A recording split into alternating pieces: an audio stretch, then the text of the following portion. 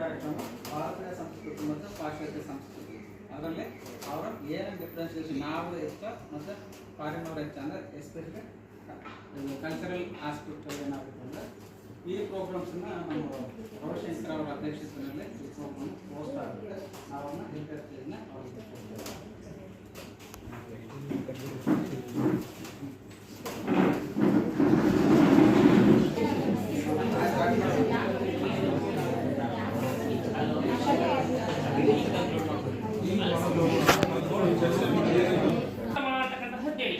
ಪ್ರಕೃತಿಯಲ್ಲಿ ಜನಿಸಿದ ಪ್ರತಿಯೊಬ್ಬ ಮನುಷ್ಯನಿಗೆ ಏನಾಗುತ್ತೆ ಸಂಸ್ಕೃತಿ ಅಂತಕ್ಕಂಥ ಕವಲಗಳು. ಅದರಲ್ಲಿ ನೂರಾರು ಜಾತಿ, ಧರ್ಮ, ಪಂಗಡಗಳು, ನೂರಾರು ತಲೆಗಳು, ಈ ರೀತಿಯಾಗಿ ಒಂದು ಮರ ಇದ್ದರೆ ಅದರಲ್ಲಿ ನೂರಾರು ಕವಲುಗಳು ಹೇಗೆ ಹೊಡೆಯುತ್ತಾ ಹೋಗ್ತಾವೋ ಆ ರೀತಿಯಾಗಿ ಹೊತ್ತಿರುತ್ತೆ. ಈ ರೀತಿಯಾಗಿ ನಮ್ಮ ಭಾರತೀಯ ಸಂಸ್ಕೃತಿ ಗುರುತಿಸಲ್ಪಟ್ಟಂತಹ 780 ಭಾಷೆಗಳು, 21 ತರಹ ಧರ್ಮಗಳು ಮತ್ತು ಉಪಧರ್ಮಗಳು, 3000 ಜಾತಿಗಳು, 25,000 ಉಪಜಾತಿಗಳು, ಇಷ್ಟು ವೈವಿಧ್ಯತೆಯನ್ನು ಹೊಂದಿರತಕ್ಕಂತಹ ರಾಷ್ಟ್ರ ನಮ್ಮ ಭಾರತ ರಾಷ್ಟ್ರ. ಹೊಂದಿರತಕ್ಕಂತಹ ಒಂದು ಮಹೋನ್ನತ ಇತಿಹಾಸವನ್ನ ನಮ್ಮ ಭಾರತ ಹೊಂದಿದೆ. ಅಂತಹ ಇತಿಹಾಸ ಒಂದು ಹೊಂದಿರತಕ್ಕಂತಹ ನಮ್ಮ ಭಾರತೀಯ ಸಂಸ್ಕೃತಿಯ ಶ್ರೇಷ್ಠ ಅಂತಕ್ಕಂತಹದ್ದನ್ನ ಮಲ್ಲೇಶ್ ಅವರು ತಮ್ಮ ವಾದದ ಮೂಲಕ ಮಾಡಿಸ್ತಾ ಇದ್ದಾರೆ. ಎಲ್ಲರಿಗೂ ಶುಭಾಶಯಗಳು. ಭಾರತೀಯ ಸಂಸ್ಕೃತಿ ಇತಿಹಾಸ ಅಂತ ಬಂದರೆ ಮೊದಲು ನಾವು ಸಂಸ್ಕೃತಿ ಅಂದರೆ ಏನು ಅದನ್ನು ಮೊದಲು ನಾವು ತಿಳ್ಕೊಳ್ಳೋಣ. ಸಂಸ್ಕೃತಿ ಅಂತ ಬಂದರೆ ನಾವು ಶತಶತಮಾನಗಳಿಂದ ಬಂದಂಥ ಆಚಾರ ವಿಚಾರಗಳಾಗಿರ್ಬೋದು, ಸಾಮಾಜಿಕ ನಡವಳಿಕೆಗಳಾಗಿರ್ಬೋದು, ಮಾನವೀಯ ಮೌಲ್ಯಗಳಾಗಿರ್ಬೋದು, ಇವೆಲ್ಲವನ್ನೂ ಬಲುವಳಿಯಾಗಿ ಸಮಾಜದಿಂದ ಸಮಾಜಕ್ಕೆ ಮತ್ತು ವ್ಯಕ್ತಿಯಿಂದ ವ್ಯಕ್ತಿಗೆ ಬಂದಂಥ ಒಂದು ಹವ್ಯಾಸಗಳಂತಲೇ ಹೇಳ್ಬೋದು ಸಂಸ್ಕೃತಿ ಅಂದರೆ. ಹಾಗೂ ಇನ್ನೊಂದು ಭಾರತದ ಅದೇ ರೀತಿ ನಮ್ಮ ಭಾರತೀಯ ಸಂಸ್ಕೃತಿಯ ಇತಿಹಾಸ ಅಂತಲೇ ಹೇಳೋದಾದ್ರೆ ಸಿಂಧೂ ನಾಗರಿಕತೆಯಿಂದ ಹಿಡಿದು ವೇದಗಳ ಕಾಲದಲ್ಲಿ ಅಥವಾ ಮತ್ತೆ ಜೈನ ಧರ್ಮ, ಬೌದ್ಧ ಧರ್ಮಗಳು ಹಾಗೂ 1947ರಂದು ಮತ್ತು ಮುಸ್ಲಿಮರು ಬಂದರು, ಅನೇಕ ದೇಶದಿಂದ ಹೂಣರು ಬಂದರು, ಶಕರು ಬಂದರು, ಕುಶಾಣರು ಬಂದರು. ಅವರಿಂದನೂ ಸಹ ಸಂಸ್ಕೃತಿ ಇತಿಹಾಸವು ವಿಕಸನಗೊಂಡಿತು. ನಂತರ ಕೆಲವರು ಪಾಶ್ಚಿಮಾತ್ಯ ದೇಶದವರೇ ನಮ್ಮ ಭಾರತೀಯ ಇತಿಹಾಸ ಸಂಸ್ಕೃತಿಯನ್ನು ಇತಿಹಾಸ ವರ್ಣನೆ ಮಾಡಿದ್ದಾರೆ. ಅವರ ಇತಿಹಾಸಕಾರರೇ ನಮ್ಮ ಭಾರತೀಯ ಸಂಸ್ಕೃತಿಯನ್ನು ಅವ್ರು ಏನ್ ಹೇಳ್ತಿದ್ದಾರೆ ಅಂದ್ರೆ ಭಾರತೀಯ ಸಂಸ್ಕೃತಿಯ ಇತಿಹಾಸದ ಬಗ್ಗೆ ಸಂಪ್ರದಾಯದ ಅಜ್ಜಿ, ದಂತಕಥೆಯ ಸಂಪ್ರದಾಯದ ಬಗ್ಗೆ ಮಾನವೀಯತೆ ಮೌಲ್ಯಗಳನ್ನು ಕಲಿಸುವ ಒಂದು ಸಂಸ್ಕೃತಿಯಾಗಿದೆ. ಅದರಿಂದ ನಾವು ಮಾನವೀಯ ಮೌಲ್ಯಗಳನ್ನು ಕಲಿಯಬೇಕಾಗಿದೆ ಅಂತ ಹೋಗ್ಬೇಕಾದ್ರೆ ಪ್ರವಾಸಿಗನಾಗಿ ಹೋಗ್ತೀನಿ, ಬಟ್ ಅದು ಭಾರತಕ್ಕೆ ಹೋಗ್ಬೇಕಾದ್ರೆ ಯಾಂತ್ರಿಕನಾಗಿ ಹೋಗ್ತೀನಿ ಅಂತ ಹೇಳ್ತಿದ್ದಾರೆ. ಇಷ್ಟು ನಮ್ಮ ಭಾರತೀಯ ಇತಿಹಾಸ ಸಂಸ್ಕೃತಿಯ ಇತಿಹಾಸದ ಬಗ್ಗೆ. ನಿಮ್ಮ ಸಂಸ್ಕೃತಿಯ ಬಗ್ಗೆ ನಾವು ಆಗಿರ್ಬೋದು ಅಥವಾ ನೀವೇ ಅವರ ಭಾಷೆಯಲ್ಲಿ ನಮ್ಮ ಸಂಸ್ಕೃತಿಗೆ ಅಜ್ಜಿ, ಮುತ್ತಜ್ಜಿ, ಹಿರಿಯಜ್ಜಿ ಅಂತಹ ಕರೆಸಿಕೊಳ್ಳುವಷ್ಟು ಹಿರಿದಾಗಿರ್ತಕ್ಕಂತಹ ಸಂಸ್ಕೃತಿ ನಮ್ಮ ಭಾರತೀಯ ಸಂಸ್ಕೃತಿ ಅಂತಕ್ಕಂತಹದ್ದನ್ನ. ಶುಭಾಶಯಗಳು. ಈಗ ಇಲ್ಲ ಅಂದ್ರೆ ಅದೇನು ಬಹಳ ಹಳೆಯ ಇತಿಹಾಸ ಅಂತ ಏನಿಲ್ಲ. ಅದೇನು ಅರಬ್ಬರಿಂದ ಆಗಿರ್ಬೋದು, ಬ್ರಿಟಿಷರಿಂದ ನಮ್ಮ ಭಾರತ ದೇಶಕ್ಕೆ ಬಂದಿರೋದ್ರಿಂದ ಅವರು ಬರೋದ್ರಲ್ಲದೆ ಅವರಿಂದ ಕೆಲವೊಂದು ಸಂಪ್ರದಾಯಗಳನ್ನ, ಅವರ ನಡವಳಿಕೆಗಳನ್ನ ನಮ್ಮ ದೇಶದಾಗ ಇದ್ದಿದ್ರಿಂದ ಅವರ ನಡವಳಿಕೆಗಳು, ಅವರ ಆಚರಣೆಗಳನ್ನ ನಮ್ಮ ದೇಶದಾಗೆ ನಾವು ಅಳವಡಿಸಿಕೊಳ್ಳೋದಕ್ಕೆ ಪ್ರಾರಂಭ ಮಾಡಿದ್ವಿ. ಇದು ಏನು ಅವರಿಂದ ಬಂದಂತ ಸಂಸ್ಕೃತಿ. ಅವರಿಂದ ಅವರು ವ್ಯಾಪಾರ ಸ್ಟಾರ್ಟ್ ಮಾಡಿದ್ರು. ಅವಾಗ ಅವರು ವ್ಯಾಪಾರ ಮಾಡೋದ್ರೊಂದಿಗೆ ಅವರ ಸಂಸ್ಕೃತಿನ ಕೂಡ ತಂದ್ರು. ಮತ್ತೆ ಅವರು ಬ್ರಿಟಿಷರು ನಮ್ಮ ಭಾರತ ದೇಶಕ್ಕೆ ಬಂದ್ರಿಂದಲೇ ನಮ್ಮ ಭಾರತ ದೇಶ ಇವತ್ತು ಹಲವಾರು ಅಭಿವೃದ್ಧಿಗಳನ್ನ ಕಾಣ್ತಾ ಇದೆ. ಅವರು ಬ್ರಿಟಿಷರು ಏನಾದ್ರು ನಮ್ಮ ಭಾರತ ದೇಶಕ್ಕೆ ಬರದೇ ಹೋಗಿದ್ರೆ ಇವತ್ತು ನಮ್ಮ ಭಾರತ ದೇಶದಾಗೆ ಇವತ್ತಿಗೂ ಕೂಡ ರಾಜರ ಆಳ್ವಿಕೆನೇ ಇರ್ತಾವು, ಇನ್ನೊಂದಕ್ಕೆ ಹೋಗೋದಕ್ಕೆ ಸಾಧ್ಯನೇ ಇಲ್ಲ ಅನ್ನೋ ರೀತಿಯಲ್ಲಿ ನಮಗೆ ರಕ್ತಗತವಾಗಿ ಪಾಶ್ಚಿಮಾತ್ಯ ಸಂಸ್ಕೃತಿ ಅನ್ನೋದು ಇವತ್ತು ನಮ್ಮ ಜೀವನದಾಗ ಅಳವಡಿಕೆ ಆಗಿ ಹೋಗ್ಬಿಟ್ಟಿದೆ. ನಾವು ಭಾರತೀಯ ಸಂಸ್ಕೃತಿಯನ್ನು ಕೇವಲ ಹಬ್ಬ ದಿನಗಳಲ್ಲಿ ಮಾತ್ರ ನಾವು ಕಾಣ್ತೀವಿ.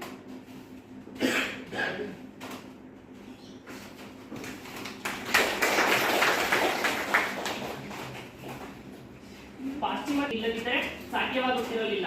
ಮತ್ತು ಪಾಶ್ಚಿಮಾತ್ಯರು ಪ್ರಪಂಚದ ಅನೇಕ ದೇಶಗಳಿಗೆ ತಮ್ಮ ಒಂದು ಸಂಸ್ಕೃತಿಯನ್ನು ಒತ್ತಾಯವಾಗಿ ಹೇರಲ್ಪಟ್ಟಿದ್ದಾರೆ ಎನ್ನುವ ಅಂಶವನ್ನು ಮರೆತು ನಾವೇ ಅವರನ್ನು ನೋಡಿ ಅವರನ್ನು ಪಾಲನೆ ಮಾಡಿದ್ದೇವೆ ಅಂತಕ್ಕಂಥದ್ದು ಅವರ ಮಾತು. ಅದಕ್ಕೆ ಅವರ ಒಂದು ಧರ್ಮ ಮೌಲ್ಯಗಳನ್ನು ನಾವೇನು ಕಾಪಿಯನ್ನು ಮಾಡಿಲ್ಲ, ಆದರೆ ನಮ್ಮ ಒಂದು ಸ್ವಂತ ಧರ್ಮ ಮೌಲ್ಯಗಳು ನಮ್ಮದೇ ಆಗಿರ್ತಕ್ಕಂತಹ ಒಂದು ಗುರುತಿಸಲ್ಪಟ್ಟಂತಹ ಧರ್ಮಗಳು ಮೌಲ್ಯಗಳು ನಮ್ಮಲ್ಲಿಯೂ ಇವೆ ಅಂತಕ್ಕಂತಹ ವಾದವನ್ನ ಮನೋಜ್ ಅವರು ಮಂಡಿಸ್ತಾರೆ.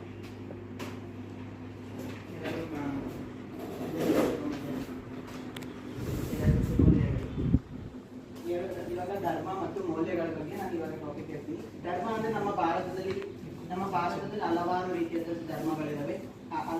ರೀತಿಯಾದಂಥ ಧರ್ಮಗಳಿರ್ಬೋದು, ಜೈನ ಧರ್ಮ ಇರ್ಬೋದು, ಮುಸ್ಲಿಮ್ಸ್ ಇರ್ಬೋದು, ಸಿಖ್ ಇರ್ಬೋದು, ಇವರೆಲ್ಲರೂ ಇದ್ದಾರೆ. ಆದರೆ ನಾವೆಲ್ಲರೂ ನಮ್ಮ ಭಾರತದಲ್ಲಿ ನಾವೆಲ್ಲರೂ ಒಂದೇ ಎಂಬ ಭಾವನೆಯನ್ನು ನಾವು ಕಾಣ್ತಾ ಇದ್ದೀವಿ. ಮತ್ತು ನಮ್ಮ ಆಚಾರ ವಿಚಾರಗಳಾಗಿರ್ಬೋದು, ಯಾವುದೇ ರೀತಿಯ ನಮ್ಮ ಭಾರತದಲ್ಲಿ ಮಹಿಳೆಯರಿಗೆ ಎಲ್ಲ ರೀತಿಯಾದಂಥ ಸ್ಥಾನವನ್ನು ನಾವು ಕೊಟ್ಟಿದ್ದೀವಿ. ನಾವು ಎಲ್ಲರಿಗೂ ಸಮಾನರು, ಎಲ್ಲರಿಗೂ ಕೂಡ ಈಕ್ವಲ್ ಆದ ಸ್ಟೇಟಸ್ಸನ್ನು ನಾವು ಕೊಡ್ತಾ ಇದ್ದೀವಿ. ಮತ್ತು ನಮ್ಮ ಭಾರತದಲ್ಲಿ ಎಲ್ಲ ರೀತಿಯಾದಂಥ ಪ್ರಾದೇಶಿಕ ಭಾಷೆಗಳನ್ನು ನಾವು ಕಾಣ್ತಾ ಹೋಗ್ತೀವಿ. ಅದೇ ರೀತಿ ನಮ್ಮ ಶಿಕ್ಷಣ ಆಗಿರ್ಬೋದು, ನಮ್ಮ ಶಿಕ್ಷಣ ಆಗಿರ್ಬೋದು, ಇದೇ ರೀತಿಯಾದಂಥ ನಾವೆಲ್ಲರೂ ಸಮಾನರು ಎಂಬ ಭಾವನೆಯನ್ನು ಕಾಣ್ತೀವಿ. ಅದೇ ರೀತಿ ನಾವು ಪಾಶ್ಚಿಮಾತ್ಯದಲ್ಲಿ ಯಾವುದೇ ರೀತಿಯಾದಂಥ ಸಮಾನತೆಯನ್ನು ನಾವು ಕಾಣೋದಿಲ್ಲ ಅಂತ ಮತ್ತೆ ಅದರ ನೆಕ್ಸ್ಟ್ ನಮಗೆ ಬರ್ತದೆ.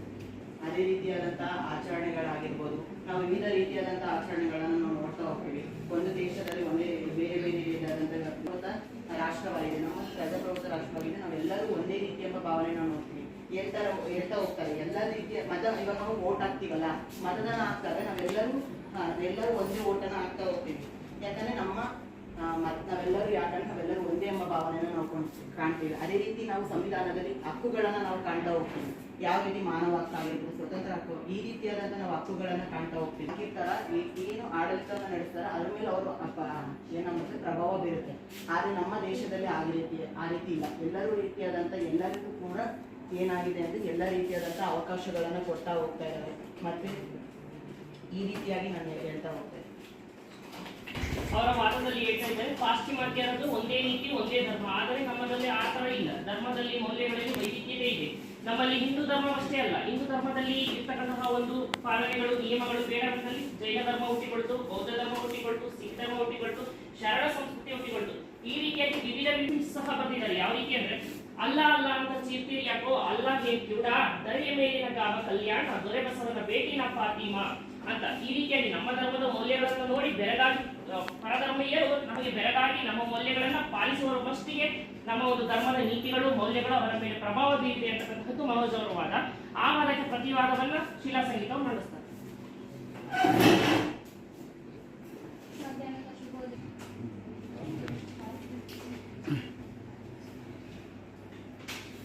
ಧರ್ಮದಲ್ಲಿ ಅನೇಕ ವೈವಿಧ್ಯತೆಗಳಿವೆ. ಆದ್ರೆ ನೀವು ಯಾವ ಧರ್ಮನ ಪಾಲನೆ ಮಾಡಬೇಕು, ಯಾವ ಧರ್ಮದ ತತ್ವಗಳನ್ನು ಅನ್ವಯಿಸ್ಕೋಬೇಕು, ಮತ್ತೆ ನೀವು ಯಾವ ಧರ್ಮಕ್ಕೆ ನೀವು ಸೇರಿದರಂತ ನಿಮ್ಗೆ ನಿರ್ದಿಷ್ಟವಾದ ಧರ್ಮದ ಮೂಲನೇ ಇಲ್ಲ ನಿಮಗೆ.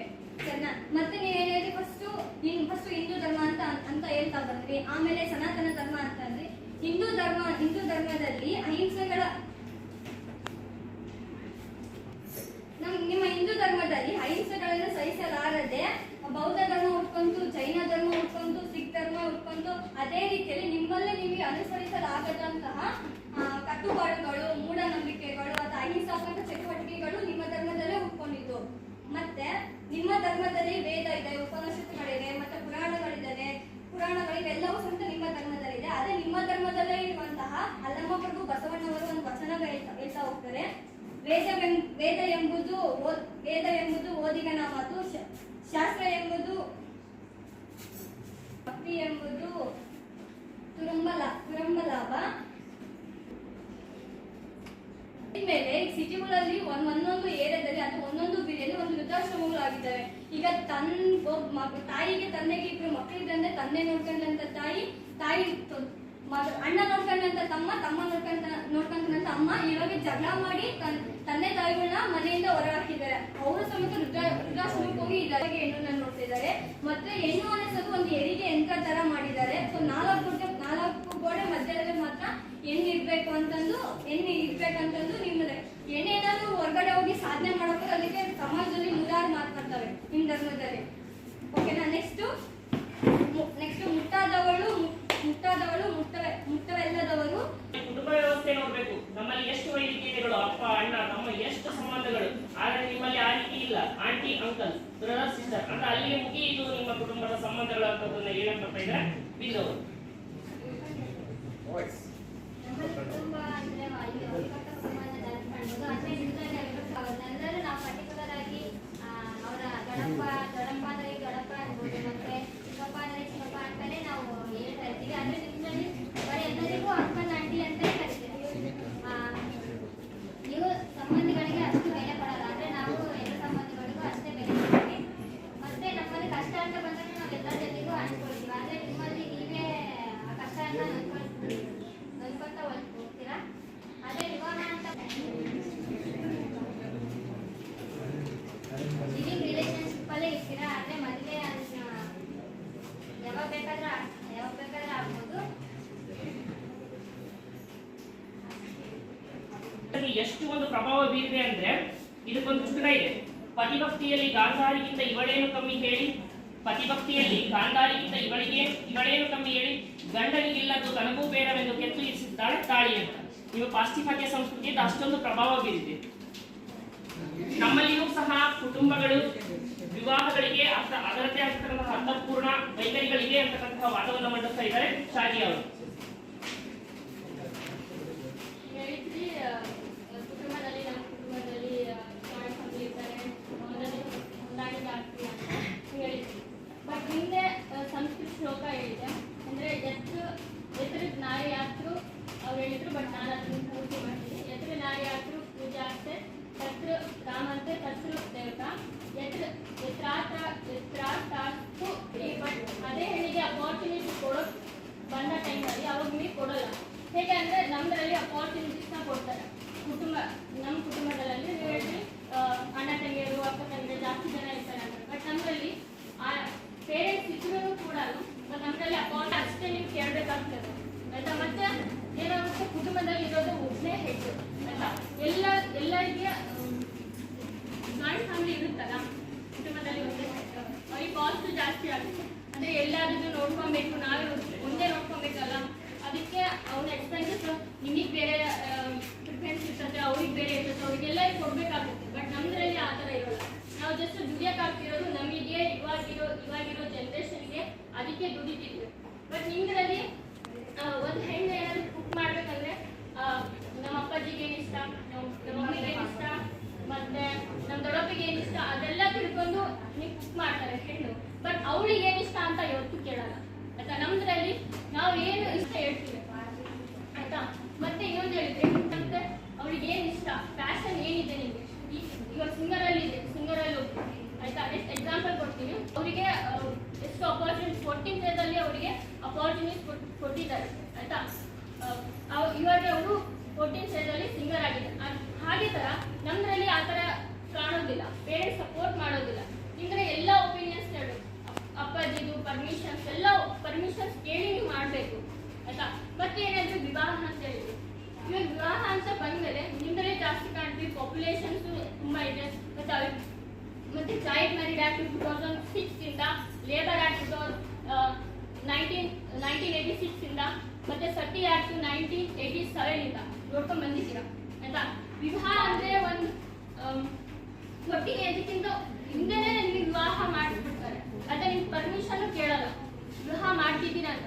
ಯಾವಾಗ ಕೇಳ್ತಾನೆ ಅಂದ್ರೆ ನೀವು ಯಾವಾಗ ನೋಡ್ತೀರಾ ಆ ಪರ್ಸನ್ಗೆ, ಅಂದ್ರೆ ಮದುವೆ ಆದ್ಮೇಲೆ ನೀವು ಹಿಂದಿನ ದಿನನ ಮುಂದೆ ದಿನನೇ ನೋಡೋದು. ನಮ್ದ್ರಲ್ಲಿ ಆಗಾಗಲ್ಲ. ನಮಗೆ ಅರೇಂಜ್ ಮ್ಯಾರೇಜ್ ಫಿಕ್ಸ್ ಮಾಡಿದ್ರು ಕೂಡ ಅವ್ರಿಗೆ ಡೇಟ್ ಫಿಕ್ಸ್ ಮಾಡ್ತಾರೆ, ಈ ತರ ಪರ್ಸನ್ ಇದ್ದಾರೆ, ಈ ದಿನ ನಾವು ಜೀವನ ನಡೆಸಬೇಕು ಅಂತಾನೆ ನೋಡ್ಕೊಂಡು ಕೊಡ್ತಾರೆ. ಬಟ್ ನಿಮ್ದ್ರಾಗ ಆ ತರ ಕೊಡೋದಿಲ್ಲ. ಅವ್ರ ಪೇರೆಂಟ್ಸ್ ಏನ್ ಫಿಕ್ಸ್ ಮಾಡಿರ್ತಾರೆ, ಅವ್ರು ಹೇಗಾದ್ರೂ ಇಲ್ಲ, ಅವ್ರು ಡ್ರಂಕ್ ಆದ್ರೂ ಮಾಡಿ ಅವ್ರ ಮುಂದೆ ಏನಾದ್ರು ಜೀವನ ಸಾಗಿಸೋದು ಬರ್ಲಿಲ್ಲ ಅಂದ್ರೂ ಹಾಗೆ ಕೊಟ್ಬಿಡ್ತಾರೆ. ಬಟ್ ನಮ್ದ್ರಲ್ಲಿ ಆ ತರ ಕೊಡೋದು. ಬಟ್ ನಮ್ದ್ರಲ್ಲಿ ಮ್ಯಾರೇಜ್ ಏನಾಗುತ್ತೆ ಅಂದ್ರೆ ವೈಟ್ ಕಲರ್ ವೇರ್ ಮಾಡ್ತಾರೆ. ಇಟ್ ಈಸ್ ಪ್ಯೂರಿಟಿ, ಶುದ್ಧತೆ, ಪವಿತ್ರತೆ ಎಲ್ಲ ಅದನ್ನ ಇಂಡಿಕೇಟ್ ಮಾಡ್ತಾರೆ. ಬಟ್ ನಿಮ್ದ್ರಲ್ಲಿ ಆ ತರ ಶಸ್ತ್ರ ಎಲ್ಲ ಮಾಡಿದ್ರು ಕೂಡ ಯೂಸ್ ಮಾಡಿದ್ರೆ ಹೌದು ಪರ್ಟಿಕ್ಯುಲರ್ ಡೇ ಇಂದ ಮಾಡ್ತೀರಾ. ಬಟ್ ಅವಳಿಗೆ ಏನ್ ಬೇಕಾಗಿದೆ, ಅವ್ರಿಗೆ ಯಾರು ಇಷ್ಟ, ಪರ್ಟಿಕ್ಯುಲರ್ ಪರ್ಸನ್ ಇಷ್ಟ ಅಂದ್ರೂ ಅವ್ರಿಗೆ ನೀವು ಆದ್ಯತೆ ಕೊಡಲ್ಲ. ಮತ್ತೆ ನೀವು ಕುಟುಂಬ ಮತ್ತೆ ಏನಾದ್ರು ಆದ್ರೆ ಅವಳಿಗೆ ಜಸ್ಟ್ ಬೇರೆ ಸಮಾಜ ಏನ್ ತಿಳ್ಕೊಂತಿದ್ದ ಅಂತ ಹೇಳ್ತಿಲ್ಲ ಬದುಕ್ತೀರಾ. ಅಂದ್ರೆ ಸೊಸೈಟಿ ಏನ್ ಥಿಂಕ್ ಮಾಡ್ತಾರೆ ಅಂತ ಮೈಂಡ್ ಸೆಟ್ ಇರೋರು ನೀವು. ನಾವು ಸೊಸೈಟಿ ಏನ್ ಥಿಂಕ್ ಮಾಡಿಸ್ಬೇಕು ಅಂತ ಮೈಂಡ್ ಸೆಟ್ ಇರೋ ನಾವು. ಯಾರೋ 4 ಜನ ಏನಂತಾರೋ ಅಂತಕ್ಕಂತಹ ಒಂದು ಎಡಲಿಕೆ ಮನೋಭಾವನೆ, ಅವರ ಸಂಕುಚಿತ ಮನೋಭಾವನೆ ಅವರು ಇರೋದಿಲ್ಲ. ಅಂದ್ರೆ ಭಾರತೀಯರಲ್ಲಿ ಅದು ಹೆಚ್ಚಾಗಿ ಕಾಣುತ್ತದೆ.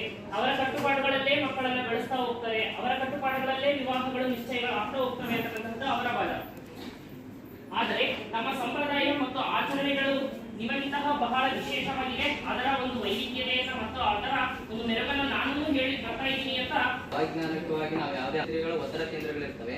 ಈ 5 ಬೆರಳುಗಳು ಒಂದಕ್ಕೊಂದು ಆಗೋದ್ರಿಂದ ನಮ್ಮ ಕಣ್ಣು, ಕಿವಿ, ಮೂಗು ಮತ್ತು ಮೆದುಳಿಗೆ ಸಂದೇಶ ಹೋಗೋದ್ರಿಂದ ನಾವು ಎದುರಿಗೆ ನೋಡಿದಂಥ ವ್ಯಕ್ತಿನ ನೆನಪಿಟ್ಕೊಳ್ಳೋಕೆ ಸಹಾಯ ಮಾಡುತ್ತೆ.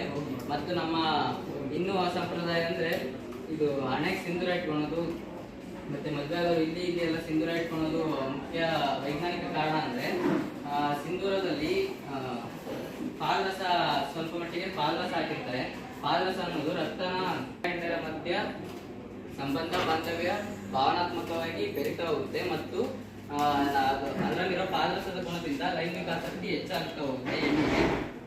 ಮತ್ತು ಕಾಲಿಗೆ ಕಾಲುಂಗುರ ಹಾಕೋದ್ರಿಂದ ಆ ಕಾಲಿನ ಬೆರಳಿನಿಂದ ಹಿಡಿದು ಗರ್ಭಾಶಯ ಮತ್ತು ಗರ್ಭಕೋಶದಿಂದ ಹಿಡಿದು ಹೃದಯವರೆಗೂ ನೇರವಾಗಿ ನರ ಹೋಗಿರೋದ್ರಿಂದ ಮತ್ತು ಅದನ್ನ ಕಾಲುಂಗುರವನ್ನು ಬೆಳ್ಳಿಯಿಂದ ಮಾಡೋದ್ರಿಂದ ಭೂಮಿಯ ಮ್ಯಾಗ್ನೆಟಿಕ್ ಪವರ್ ಅನ್ನು ಅದು ಗ್ರಹಿಸಿ ಗರ್ಭಾಶಯಕ್ಕೂ ಮತ್ತು ಹೃದಯಕ್ಕೂ ಪವರ್ ಅನ್ನು ಕಳಿಸುತ್ತೆ. ಮತ್ತು ಇದೇ ರೀತಿಯ 10 ಹಲವು ಆಚರಣೆಗಳು ಮತ್ತು ಹಬ್ಬ ಹರಿದಿನಗಳನ್ನು ಒಳಗೊಂಡಿರುವಂತ ನಮ್ಮ ಸಂಪ್ರದಾಯ ಎಲ್ಲವೂ ವೈಜ್ಞಾನಿಕರಣವನ್ನು ಒಳಗೊಂಡಿದೆ. ಮತ್ತು ನೀವೇನಿವತ್ತು ಕ್ಲೌಡ್ ಸೀಡಿಂಗ್ ನಾವು ಕಂಡಿಡ್ತೀವಿ ಅಂತ ಹೇಳ್ತಿದ್ದೀರಲ್ಲ, ಇದು ಕ್ಲೌಡ್ ಸೀಡಿಂಗ್ ಅನ್ನೋದು ನಮ್ಮ ನಾಯಕನಹಟ್ಟಿ ತಿಪ್ಪೇಶ್ವರ ಸ್ವಾಮಿ ಜಾತ್ರೆ ದಿನ ಕೊಬ್ಬರಿ ಸುತ್ತೋದ್ರಿಂದನೂ ಕ್ಲೌಡ್ ಸೀಡಿಂಗ್ ಆಗುತ್ತೆ. ಯಾವ ರೀತಿ ಅಂದ್ರೆ ಇವಾಗ ನೀವು ಕ್ಲೌಡ್ ಸೀಡಿಂಗಿಗೆ ಏನು ರಾಸಾಯನಿಕ ಬಳಸ್ತೀರಾ, ಕಾರ್ಬನ್ ಡೈಆಕ್ಸೈಡ್ ಮತ್ತಿತರ ಅದು ಅವತ್ತು ತಿಪ್ಪೆಗೆಲ್ಲ ನೀರು ಅನ್ನೋ ಗಾಳಿ ಪ್ರಕಾರನೇ ನೋಡೋದಾದ್ರೆ ಕಾರ್ಬನ್ ಡೈಆಕ್ಸೈಡ್ ಬಿಡುಗಡೆ ಆಗುತ್ತೆ. ಅಲ್ಲಿ ಮೋಡಗಳ ಒತ್ತುಕಟ್ಟನ್ನು ಸೆಳಿತ ಮೋಡ ಆವಿಯಾಗಿ ಮತ್ತೆ ಮಳೆ ಸುರಿಯೋಕೆ ಪ್ರಾರಂಭ ಆಗುತ್ತೆ ಮತ್ತು ನಾವು ಆಕ್ಸಿಜನ್ ಎಲ್ಲ ಪ್ಯೂರಿಫೈ ಆಗುತ್ತೆ. ಮತ್ತೆ ಈ ರೀತಿ 10 ಹಲವು ಆಚರಣೆಗಳನ್ನು ಒಳಗೊಂಡಿದೆ. ಬಟ್ ನಿಮ್ಮಲ್ಲಿ ಯಾವುದು ಕಾಣಕ್ಕೆ ಸಾಧ್ಯ ಇಲ್ಲ ಅಂತ ನಾನು ಭಾವಿಸ್ತೇನೆ.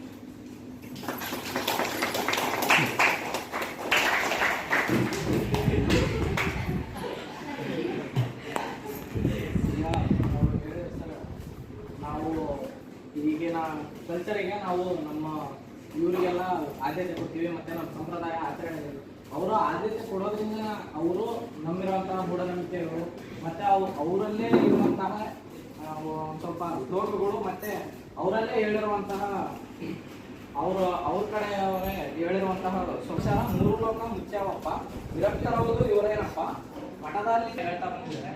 ಆದರೆ ಇಲ್ಲಿ ಋಷಿಮುನಿಗಳು ಮತ್ತು ಅವ್ರ ಬದ್ಧತೆಯಿಂದ ಅವರು ಯಾವುದೇ ರೀತಿಯ ಕಟ್ಟುಪಾಡುಗಳನ್ನ ಅವರೇ ನಡ್ಸ್ಕೊಂತ ಹೋಗ್ತಿಲ್ಲ. ಈಗಿನ ಪ್ರೆಸೆಂಟ್ ಸಿಚುವೇಶನ್ ಅಲ್ಲೇ ನೋಡ್ಬೋದು, ಮಠದವರು ಎಷ್ಟು ಇರ್ಬೇಕು, ಆದ್ರೆ ಇಲ್ಲಿ ಮಠದಲ್ಲೇ ತೊಟ್ಟಿಲ್ ಕಟ್ಟುವಂತ ಪರಿಸ್ಥಿತಿ ಬಂದ್ಬಿಟ್ಟಿದೆ ಈಗಿನ ಕಾಲದಲ್ಲಿ. ಮತ್ತೆ ಇವ್ರು ಹೇಳ್ತಾರೆ, ಇವರು ಬಳಸೋ ಎಲ್ಲಾ ವಸ್ತುಗಳು ನಿಮ್ಮ ನೀರು ಬ್ಯಾರೆ ಅಂದ್ರೆ ಊರ ಬಾವಿಯ ನೀರು ತಂದು ನಾವು ಡೈರೆಕ್ಟ್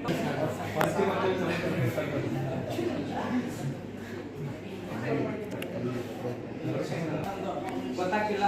ಈ ಬೇರೆ ಕಡೆಗೆಲ್ಲ ಅದನ್ನೆಲ್ಲ ಪಾಶ್ಚಿಮಾತ್ಯದಲ್ಲಿ ಅದನ್ನೆಲ್ಲ ನಡೆಸೋದೇ ಇಲ್ಲ, ಮಡಿ ಮೈಗೆ ಅಂತ ಹೇಳ್ಬೋದು. ಈಗಲೇ ನಿಮ್ಮ ಆಚರಣೆ ಸಂಪ್ರದಾಯಗಳಲ್ಲಿ ಅನೇಕ ಮಡಿ ಮೈಲಿಗೆಗಳನ್ನು ಅವ್ರು ಹೇಳಿದ್ರು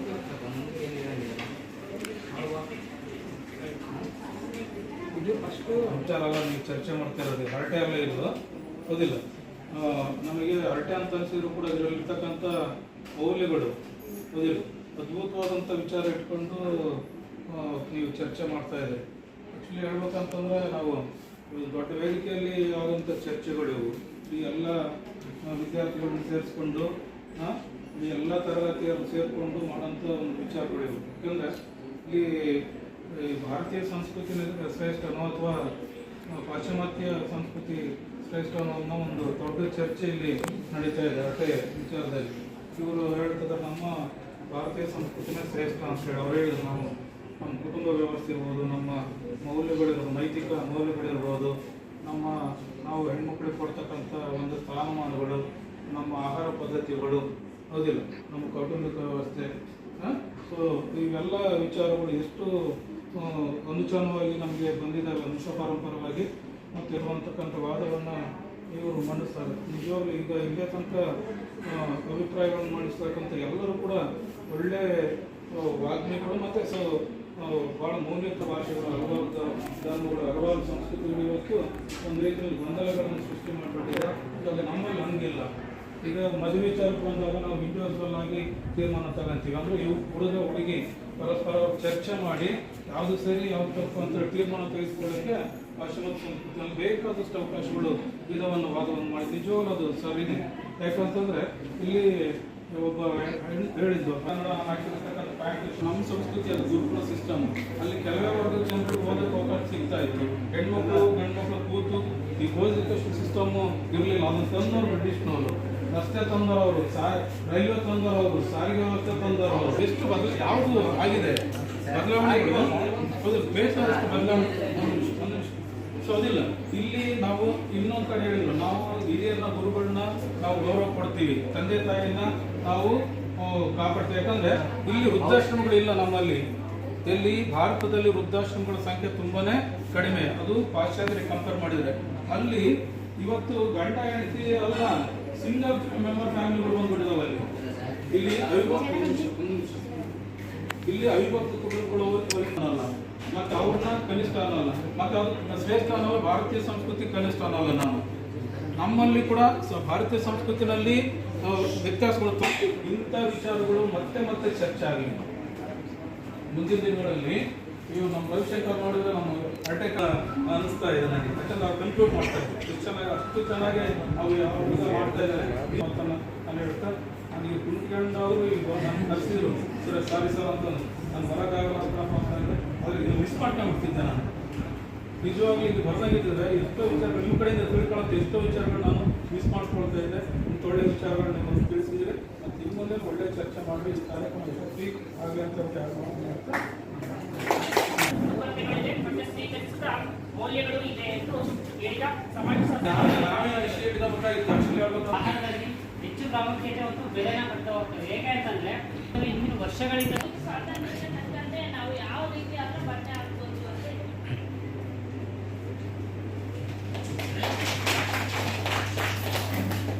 ನಮ್ಮ ಪಾಶ್ಚಿಮಾತ್ಯ ಸಂಸ್ಕೃತಿಯಲ್ಲಿ ಆಹಾರಕ್ಕಾಗಿರ್ಬೋದು, ಬಟ್ಟೆಗೆ ಆಗಿರ್ಬೋದು ಅವರದೇ ಆಗಿರ್ತಕ್ಕಂಥ ಸ್ವಾತಂತ್ರ್ಯ ಇದೆ ಅಂತ ಹೇಳ್ತಾರೆ. ಇನ್ನೊಂದು ಕೋಟು ನಿಮ್ಮವರೇ ರೀತಿ ನೋಡೋದಾದ್ರೆ, ಕೋಳಿ ಕಿರಿಮೀನು ತಿನ್ನುವವರನ್ನು ಕುಲಜ ಎನ್ನುವುದು, ಕ್ಷೀರಾಭಿಷೇಕ ಮಾಡುವ ದನವನ್ನು ಹೊಡೆದು ತಿನ್ನುವರನ್ನು ಮಾಲಿಗ ಎನ್ನುವುದು, ಕುಲಜ ನೀನಾಕಿ ಮೇಲಾಳೆಯೋ, ಮಾಲಿಗ ನೀನೇಕೆ ಕೀಳಾಳೆಯೋ. ಅಂದರೆ ಮಾಮೂಲು ಕುರಿ ಕೋಳಿ ತಿಂತಕ್ಕಂಥವರು ಒಂದು ಮೇಲಿನ ಕುಲ, ಅದೇ ಕ್ಷೀರವನ್ನ ಅಭಿಷೇಕ ಮಾಡಲಿಕ್ಕೆ ಕೊಟ್ಟಂತಹ ದನವನ್ನು ಕೂಡ ಒಂದು ತಿಂತಹ ಮಾಲಿಗ ಕೆಳಕುಲ. ಈ ರೀತಿ ಆಹಾರ ಮೇಲೆ ಕುಲವನ್ನು ಡಿವೈಡ್ ಮಾಡಿರ್ತಕ್ಕಂತಹ ಸಂಸ್ಕೃತಿ ಭಾರತೀಯ ಸಂಸ್ಕೃತಿ ಆಗಿರಬಹುದು. ಇದು ಸಹ ಇದರಲ್ಲಿ ಒಂದು ಕೊರತೆಯನ್ನು ಕಾಣಬಹುದು ಅಂತ ಹೇಳ್ತಾ ನೆಕ್ಸ್ಟ್ ಶಿಕ್ಷಣ ಮತ್ತು ಸಾಮಾಜಿಕ ಸಂವಹನ ಅನ್ನೋದ್ರಿಂದ ನಮ್ಮಲ್ಲಿ ಇರ್ತಕ್ಕಂಥ ಶಿಕ್ಷಣ ಕಲಿತಾ ಹೋಗ್ತೀವಿ ನಾವು. ಮತ್ತೆ ಉದಾಹರಣೆ ಹೇಳೋದಾದ್ರೆ ಜಾಸ್ತಿ ವಿದೇಶಿಯರೇ ನಮ್ಮ ಕಡೆ ಬಂದು ನಮ್ಮಲ್ಲಿರ್ತಕ್ಕಂತಹ ವಿದ್ಯಾಭ್ಯಾಸ ಆಗಿರ್ಬೋದು, ನಮ್ಮಲ್ಲಿರ್ತಕ್ಕಂತಹ ಕಾವ್ಯಗಳಾಗಿರ್ಬೋದು, ನಮ್ಮಲ್ಲಿರ್ತಕ್ಕಂತಹ ಗ್ರಂಥಗಳನ್ನಾಗಿರ್ಬೋದು ನೋಡಿ ಶಿಕ್ಷಣ ಆಗಿರ್ಬೋದು. ಮತ್ತೆ ನೀವು ಹೇಳಿದ್ರಿ ಬರೀ ಬರೀ ಹೆಣ್ಮಕ್ಳನ್ನ ಮೂಲೆ ಗುಂಪು ಮಾಡ್ತಾರೆ, ಹಂಗೆ ಹಿಂಗೆ ಚಾಯ್ಸ್ ಕೊಡಲ್ಲ, ಅದು ಕೊಡಲ್ಲ. ಯಾಕೆ ಚಾಯ್ಸ್ ಕೊಡಲ್ಲ ಅಂದ್ರೆ ಚಾಯ್ಸ್ ಇದ್ದಷ್ಟು ತಪ್ಪು ಜಾಸ್ತಿ ಆಗ್ತವೆ. ಅದಕ್ಕೆ ಚಾಯ್ಸ್ ಯಾರು ಕೊಡಲ್ಲ. ಏನೇ ಆಗಲಿ ನಮ್ಮಲ್ಲಿ ಒಂದ್ ಮಾಡ್ಬೇಕು ಅಂತ ಯಾಕೆ ಹೇಳ್ತಾರೆ ಅಂದ್ರೆ ಒಂದನ್ನ ಮಾಡಿದ್ರೆ ಸರಿಯಾಗಿ ಮಾಡ್ತಾರೆ. ಅದೇ ಚಾಯ್ಸ್ ಕೊಟ್ಟಷ್ಟು ತಪ್ಪಲ್ಲಿ ಜಾಸ್ತಿ ಆಗ್ತಾ ಹೋಗ್ತವೆ ಅಂತ ನಮ್ಮಲ್ಲಿ ಚಾಯ್ಸ್ಗಳು ಹೆಣ್ಮಕ್ಳಿಗೆ ಜಾಸ್ತಿ ಕೊಡಕ್ ಹೋಗಲ್ಲ. ಹಂಗಂತ ಹೆಣ್ಮಕ್ಳು ಎಲ್ಲೋ ಒಂದು ಮೂಲೆ ಗುಂಪಲ್ಲಿ ಮಾಡಿದ್ದಾರೆ, ಏನೇ ಮಾಡ್ಬೇಕಂದ್ರೂ ಪೇರೆಂಟ್ಸ್ನ ಕೇಳಬೇಕು, ನಿಮ್ ಇಷ್ಟಗಳನ್ನ ಯಾರು ಕೇಳಲ್ಲ. ಅದೆಲ್ಲ ನಮ್ರಲ್ಲಿಲ್ಲ. ಯಾಕೆ ಅಂದ್ರೆ ಈಗ ಮನೇಲಿ ನಾವು ಹೆಂಗಪ್ಪ ಹೆಣ್ಮಕ್ಳು ಅಂದ್ರೆ ಎಲ್ರದನ್ನು ಯಾಕೆ ಇಷ್ಟ ಅಂತ ಕೇಳ್ತೀವಿ ಅಂದ್ರೆ ಅವ್ರು ಇಷ್ಟಪಟ್ರೆ ನಮಗೆ ಅದು ಬೇಗ ಇಷ್ಟ ಆಗೋಗುತ್ತೆ. ಯಾಕಂದ್ರೆ ನಮ್ಮ ಇಷ್ಟಗಳನ್ನ ಅವರು ತಿಳ್ಕೊಂಡಿರ್ತಾರೆ. ಯಾಕೆ ತಿಳ್ಕೊಂಡಿರ್ತಾರೆ, ಅದಕ್ಕೆ ಅವರು ನಮ್ಗೆ ಏನು ಕೇಳ್ತಾರೆ, ಏನೇ ಡಿಸಿಷನ್ ತಗೊಂಡ್ರು ಎಲ್ಲರೂ ತಗೊಂತಾರೆ. ಆದ್ರೆ ನಿಮ್ರಲ್ಲಿ ಹಂಗಾಗಲ್ಲ. ನಾವು ಎಜುಕೇಶನ್ ಪಡ್ಕೊಂಡಿವಿ, ನಾವು ನಡೆದಿದ್ದೇ ದಾರಿ ಅಂತ ಹೋದ್ರೆ ನಿಮ್ಮಲ್ಲೇ ಜಾಸ್ತಿ ತಪ್ಪುಗಳಾಗೋದು. ನಿಮ್ಮಲ್ಲಿ ತುಂಬಾ ಚಿಕ್ಕ ಏಜಲ್ಲೇ ತುಂಬಾ ತಪ್ಪುಗಳು ಆಗ್ತಾ ಹೋಗ್ತಿರ್ತಾವೆ. ಬಟ್ ನಮ್ಮಲ್ಲಿ ಹಂಗಾಗಲ್ಲ. ಏನೇ ತಪ್ಪಾದ್ರೂ ಅದು ತಪ್ಪು ಅಂತ ಹೇಳಿ ಹಿಂದೆ ಪೇರೆಂಟ್ಸ್ ತಿಳ್ಕೊಂಡು ಗುರುಕುಲ ಪದ್ಧತಿ ಯಾರಿಗೆ ಸೀಮಿತ ವರ್ಗ ಅಂದ್ರೆ ನಾನು ವರ್ಗ ಮಾಡ್ಕೊಂಡಿದ್ದಲ್ಲ, ಅದ್ರ ಮೇಲ್ವರ್ಗದವ್ರಿಗೆ ಮಾತ್ರ ಗುರುಕುಲ ಪದ್ಧತಿ ಇತ್ತು. ಅದರಲ್ಲಿ ಗುರುಕುಲ ಪದ್ಧತಿ ಏನೇನು ಹೇಳ್ತಾರೆ, ವೇದಗಳು, ಉಪನಿಷತ್ತು, ಧರ್ಮಶಾಸ್ತ್ರದ ಬಗ್ಗೆ ತಿಳ್ಕೊಂಡು ಏನ್ ಮಾಡೋದಿತ್ತು, ಧರ್ಮ ಪೂಜೆ ಮಾಡಿದ್ರು ಸಹ ಕಷ್ಟ ಆಯ್ತಾ, ಅದು ಜೀವನ ನಡೆಸೋದು ಬೇಡ. ಮತ್ತೆ ಧರ್ಮದಲ್ಲಿ ಏನೋ ಯಜ್ಞ ಮಾಡ್ಬೇಕು ಅಷ್ಟೇ ಆಯ್ತು. ಮತ್ತೆ ಇಲ್ಲಿನ ಅದು ಪೂಜೆ ಮಾಡ್ಕೊಂಡೆ ಹೋದ್ರೆ ಜೀವನ ನಡೆಸೋದು ಹೇಗೆ, ಪೂಜೆ ಮಾಡೋದು ಒಂದಿನ ಜೀವನ, ಇದು ಒಂದು. ಮತ್ತೆ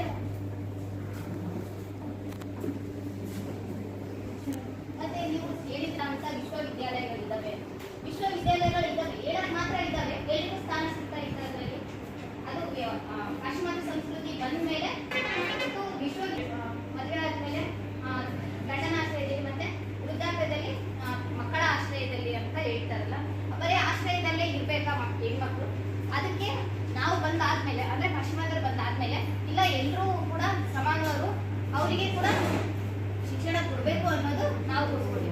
ಮತ್ತೆ ಕಮ್ಯುನಿಕೇಶನ್ ಲ್ಯಾಂಗ್ವೇಜ್, ಈಗ ಭಾರತದಲ್ಲಿ ಕಮ್ಯುನಿಕೇಶನ್ ಅಂತ ಲ್ಯಾಂಗ್ವೇಜ್ ಅಂತ ಇರೋದೇ ಇಂಗ್ಲಿಷ್. ಯಾರಾದರೂ ನಿಮ್ದಲ್ಲಿದ್ದಾಗ ಕನಿಷ್ಠ ಗ್ರಾಮೀಣ ಭಾಷೆಗಳು ಅಂತ ಕನ್ನಡ, ತೆಲುಗು, ತಮಿಳು ಅದನ್ನ ಯಾವ್ದಾದ್ರು ಹೋಗಿ ಈಗ ಮಾತಾಡ್ತೀರಾ ಯಾರಾದರೂ? ಅಂದ್ರೆ ಪ್ಯೂರ್ ಕನ್ನಡ, ಪ್ಯೂರ್ ತೆಲುಗು ಯಾರಾದರೂ ಮಾತಾಡ್ತೀರಾ? ಸಂಸ್ಕೃತ ಮತ್ತೆ ಯಾವ್ದಾದ್ರು ಒಂದು ಈಗ ಬ್ಯಾಂಕಲ್ಲೇ ಹೋಗಿ ನೀವು ಕನ್ನಡ ಮಾತಾಡ್ತೀರಿ, ನಮ್ದು ಕನ್ನಡ, ನಮ್ದು ಆ ಸಂಸ್ಕೃತಿ ಈ ಸಂಸ್ಕೃತಿ, ನಮಗೆ ಇಂಗ್ಲಿಷ್ ಬರಲ್ಲ, ಕಮ್ಯುನಿಕೇಶನ್ ನಮಗೆ ಗೊತ್ತಿಲ್ಲ, ಕನ್ನಡದಲ್ಲೇ ಎಲ್ಲ ಇದು ಮಾಡಿ ಅಂತ ವಿಷಯ ತಿಳಿಸಿ ನಮಗೆ ಅಂದ್ರೆ ಯಾರಾದ್ರೂ ತಿಳಿಸ್ಕೊಡ್ತಾರೆ. ನೀವೇ ಒಪ್ಕೊಂಡಿದ್ದೀರಾ ನಮ್ದು ಅಂದ್ರೆ ಇಂಗ್ಲಿಷ್ ಕಮ್ಯುನಿಕೇಶನ್ ಲ್ಯಾಂಗ್ವೇಜ್ ಅಂತ ಎಲ್ಲರೂ ಒಪ್ಕೊಂಡ್ಬಿಟ್ಟಿದ್ದಾರೆ. ಈಗ ಅದನ್ನ ಬಿಟ್ರೆ ಬೇರೆ ಯಾವುದು ಲ್ಯಾಂಗ್ವೇಜ್ನ ಇದು ಮಾಡೋಕ್ಕೆ ಆಗ್ತಾ ಇಲ್ಲ.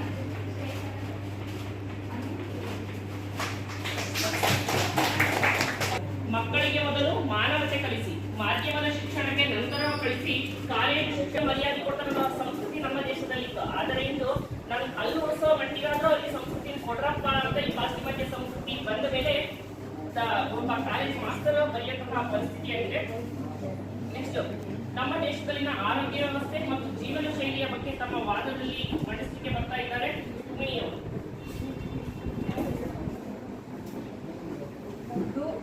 ಆರೋಗ್ಯ ವ್ಯವಸ್ಥೆ ಅಂತ ಬಂದಾಗ ಭಾರತ ದೇಶದಲ್ಲಿ ಆರೋಗ್ಯ ವ್ಯವಸ್ಥೆ ವೈದಿಕ ನಾಟ್ಯ ವ್ಯವಸ್ಥೆ ಅದು ಮೊದಲು ನಮ್ಮ ದೇಶದಲ್ಲೇ ಹುಟ್ಕೊಂಡಿದ್ದು. ಪುರಾತನ ಕಾಲದಿಂದಲೂ ನಾಟ್ಯ ಔಷಧಿ ಯಾವುದೊಂದು ಹಾವು ಚಳಿ ನಮ್ಮ ದೇಶದಲ್ಲಿ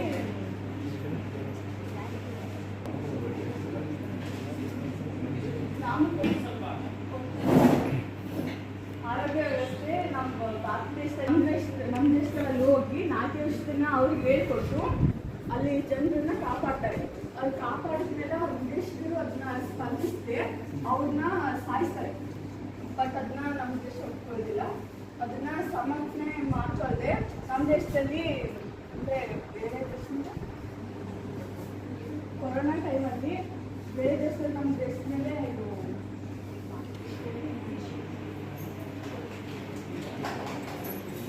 ನಮ್ಮ ಒಂದು ಆಯುರ್ವೇದದಲ್ಲಿ ಸುಶ್ರುತ ಸಂಹಿತೆ ಅಂತಕ್ಕಂತಹ ಒಂದು ವೈದ್ಯಕೀಯ ಗ್ರಂಥಗಳಲ್ಲಿ ಹೇಳಿದರೆ ಕೂದಲನ್ನ ತಲೆ ಕೂದಲನ್ನ ಇದೆಯಲ್ಲ ಅದು ಅಂದರೆ ಆಗಿನ ಕಾಲಕ್ಕೆ ನಮ್ಮ ಆಯುರ್ವೇದ ಎಷ್ಟು ಮುಂದಿತ್ತು, ಎಷ್ಟು ಒಂದು ತನ್ನ ಒಂದು ವಿಶೇಷತೆಯನ್ನು ಹೆಚ್ಚಿಸಿಕೊಂಡಿತ್ತು ಅನ್ನೋದಕ್ಕೆ ಅದೇ ಸಾಕ್ಷಿ. ಆದರೆ ತಮ್ಮ ಒಂದು ಆಲೋಚನೆಯನ್ನ ಭಾರತೀಯರ ಮೇಲೆ ಹೇರಬೇಕು ಅನ್ನೋ ಉದ್ದೇಶದಿಂದ ಆಯುರ್ವೇದವನ್ನು ತುಳಿತಕ್ಕೊಳಗು ಮಾಡಿ ತಮ್ಮ ಪಾಶ್ಚಿಮಾತ್ಯ ಸಂಸ್ಕೃತಿಯ ಒಂದು ವೈದ್ಯಕೀಯ ವ್ಯವಸ್ಥೆಯನ್ನ ನಮ್ಮ ಭಾರತದ ಮೇಲೆ ಹೇರಲ್ಪಟ್ಟರು. ಮತ್ತು ಇಂದಿಗೂ ಸಹ ನಮ್ಮ ಆಯುರ್ವೇದದಿಂದಲೇ ನಿಮ್ಮ ಪಾಶ್ಚಿಮಾತ್ಯರಿಗೆ ಬೇಕಾದಷ್ಟು ಆರೋಗ್ಯದ ಸಲಹೆಗಳನ್ನು ಕೊಡುತ್ತಿದ್ದೇವೆ. ಮತ್ತು ನೀವು ಆರೋಗ್ಯದ ಸಲಹೆಗಳನ್ನು ಕೊಡುವುದು ಬಿಡಿ, ಆ ಪ್ರಪಂಚವೇ ನಡುಗಿಸುವಂತಹ ಕೊರೋನಾ ವೈರಸ್ ಅನ್ನು ತಂದಿಟ್ಟಂತವರು ಅನ್ನುವಂತಹ ವಾದ ಅವರದ್ದು.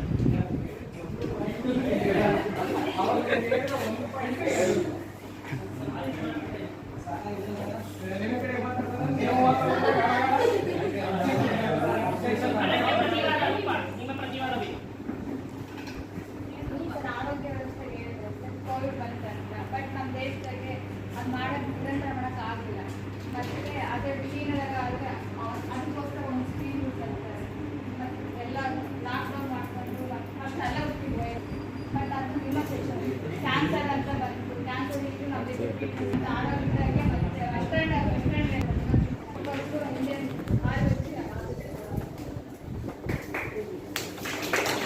ಆಯುರ್ವೇದ ನಿಮ್ಮ ಆಯುರ್ವೇದ ಎಷ್ಟೇ ಒಂದು ಅಭಿವೃದ್ಧಿಯನ್ನು ಪಡೆದಿದ್ದರೂ ನಮ್ಮ ಒಂದು ಪಾಶ್ಚಿಮಾತ್ಯ ಸಂಸ್ಕೃತಿಯ ಆರೋಗ್ಯ ವ್ಯವಸ್ಥೆಗೆ ಒಂದು ಒತ್ತನ್ನು ಕೊಡ್ತಾರೆ ಹೊರತು ನಿಮ್ಮ ಭಾರತೀಯರು ಸಹ ಆಯುರ್ವೇದಕ್ಕೆ ಕೊಡುವುದಿಲ್ಲ ಅಂತ. ಅದಕ್ಕೋಸ್ಕರ ಹೇಳ್ತಾ ಬರ್ತಾ ಇದ್ದಾರೆ, ಈ ಆರೋಗ್ಯ, ಜೀವನ ಶೈಲಿ, ಶಿಕ್ಷಣ ಇವೆಲ್ಲ ಕೈ ಬಿಡ್ರಿ, ನಮ್ಮ ಕಲೆಯನ್ನು ನೋಡ್ರಿ, ವಾಸ್ತುಶಿಲ್ಪವನ್ನು ನೋಡ್ರಿ, ಎಷ್ಟು ಒಂದು ವೈಭವವಾಗಿದೆ. ಈ ಪಾಶ್ಚಿಮಾತ್ಯರೆಲ್ಲ ನಮ್ಮ ಶಿಲ್ಪಕಲೆಯನ್ನು ನೋಡೋದಕ್ಕೋಸ್ಕರನೇ ಬರ್ತೀರಾ ಅಂತ ಹೇಳಲಿಕ್ಕೆ ಬರ್ತಾ ಇದ್ದಾರೆ ತಾತ್ ಸಾಬು. ಅಲ್ಲ, ಟೇಬಲ್ ಒಬ್ಬರಾದ್ರೆ ಮುರಿರುವ ಮರ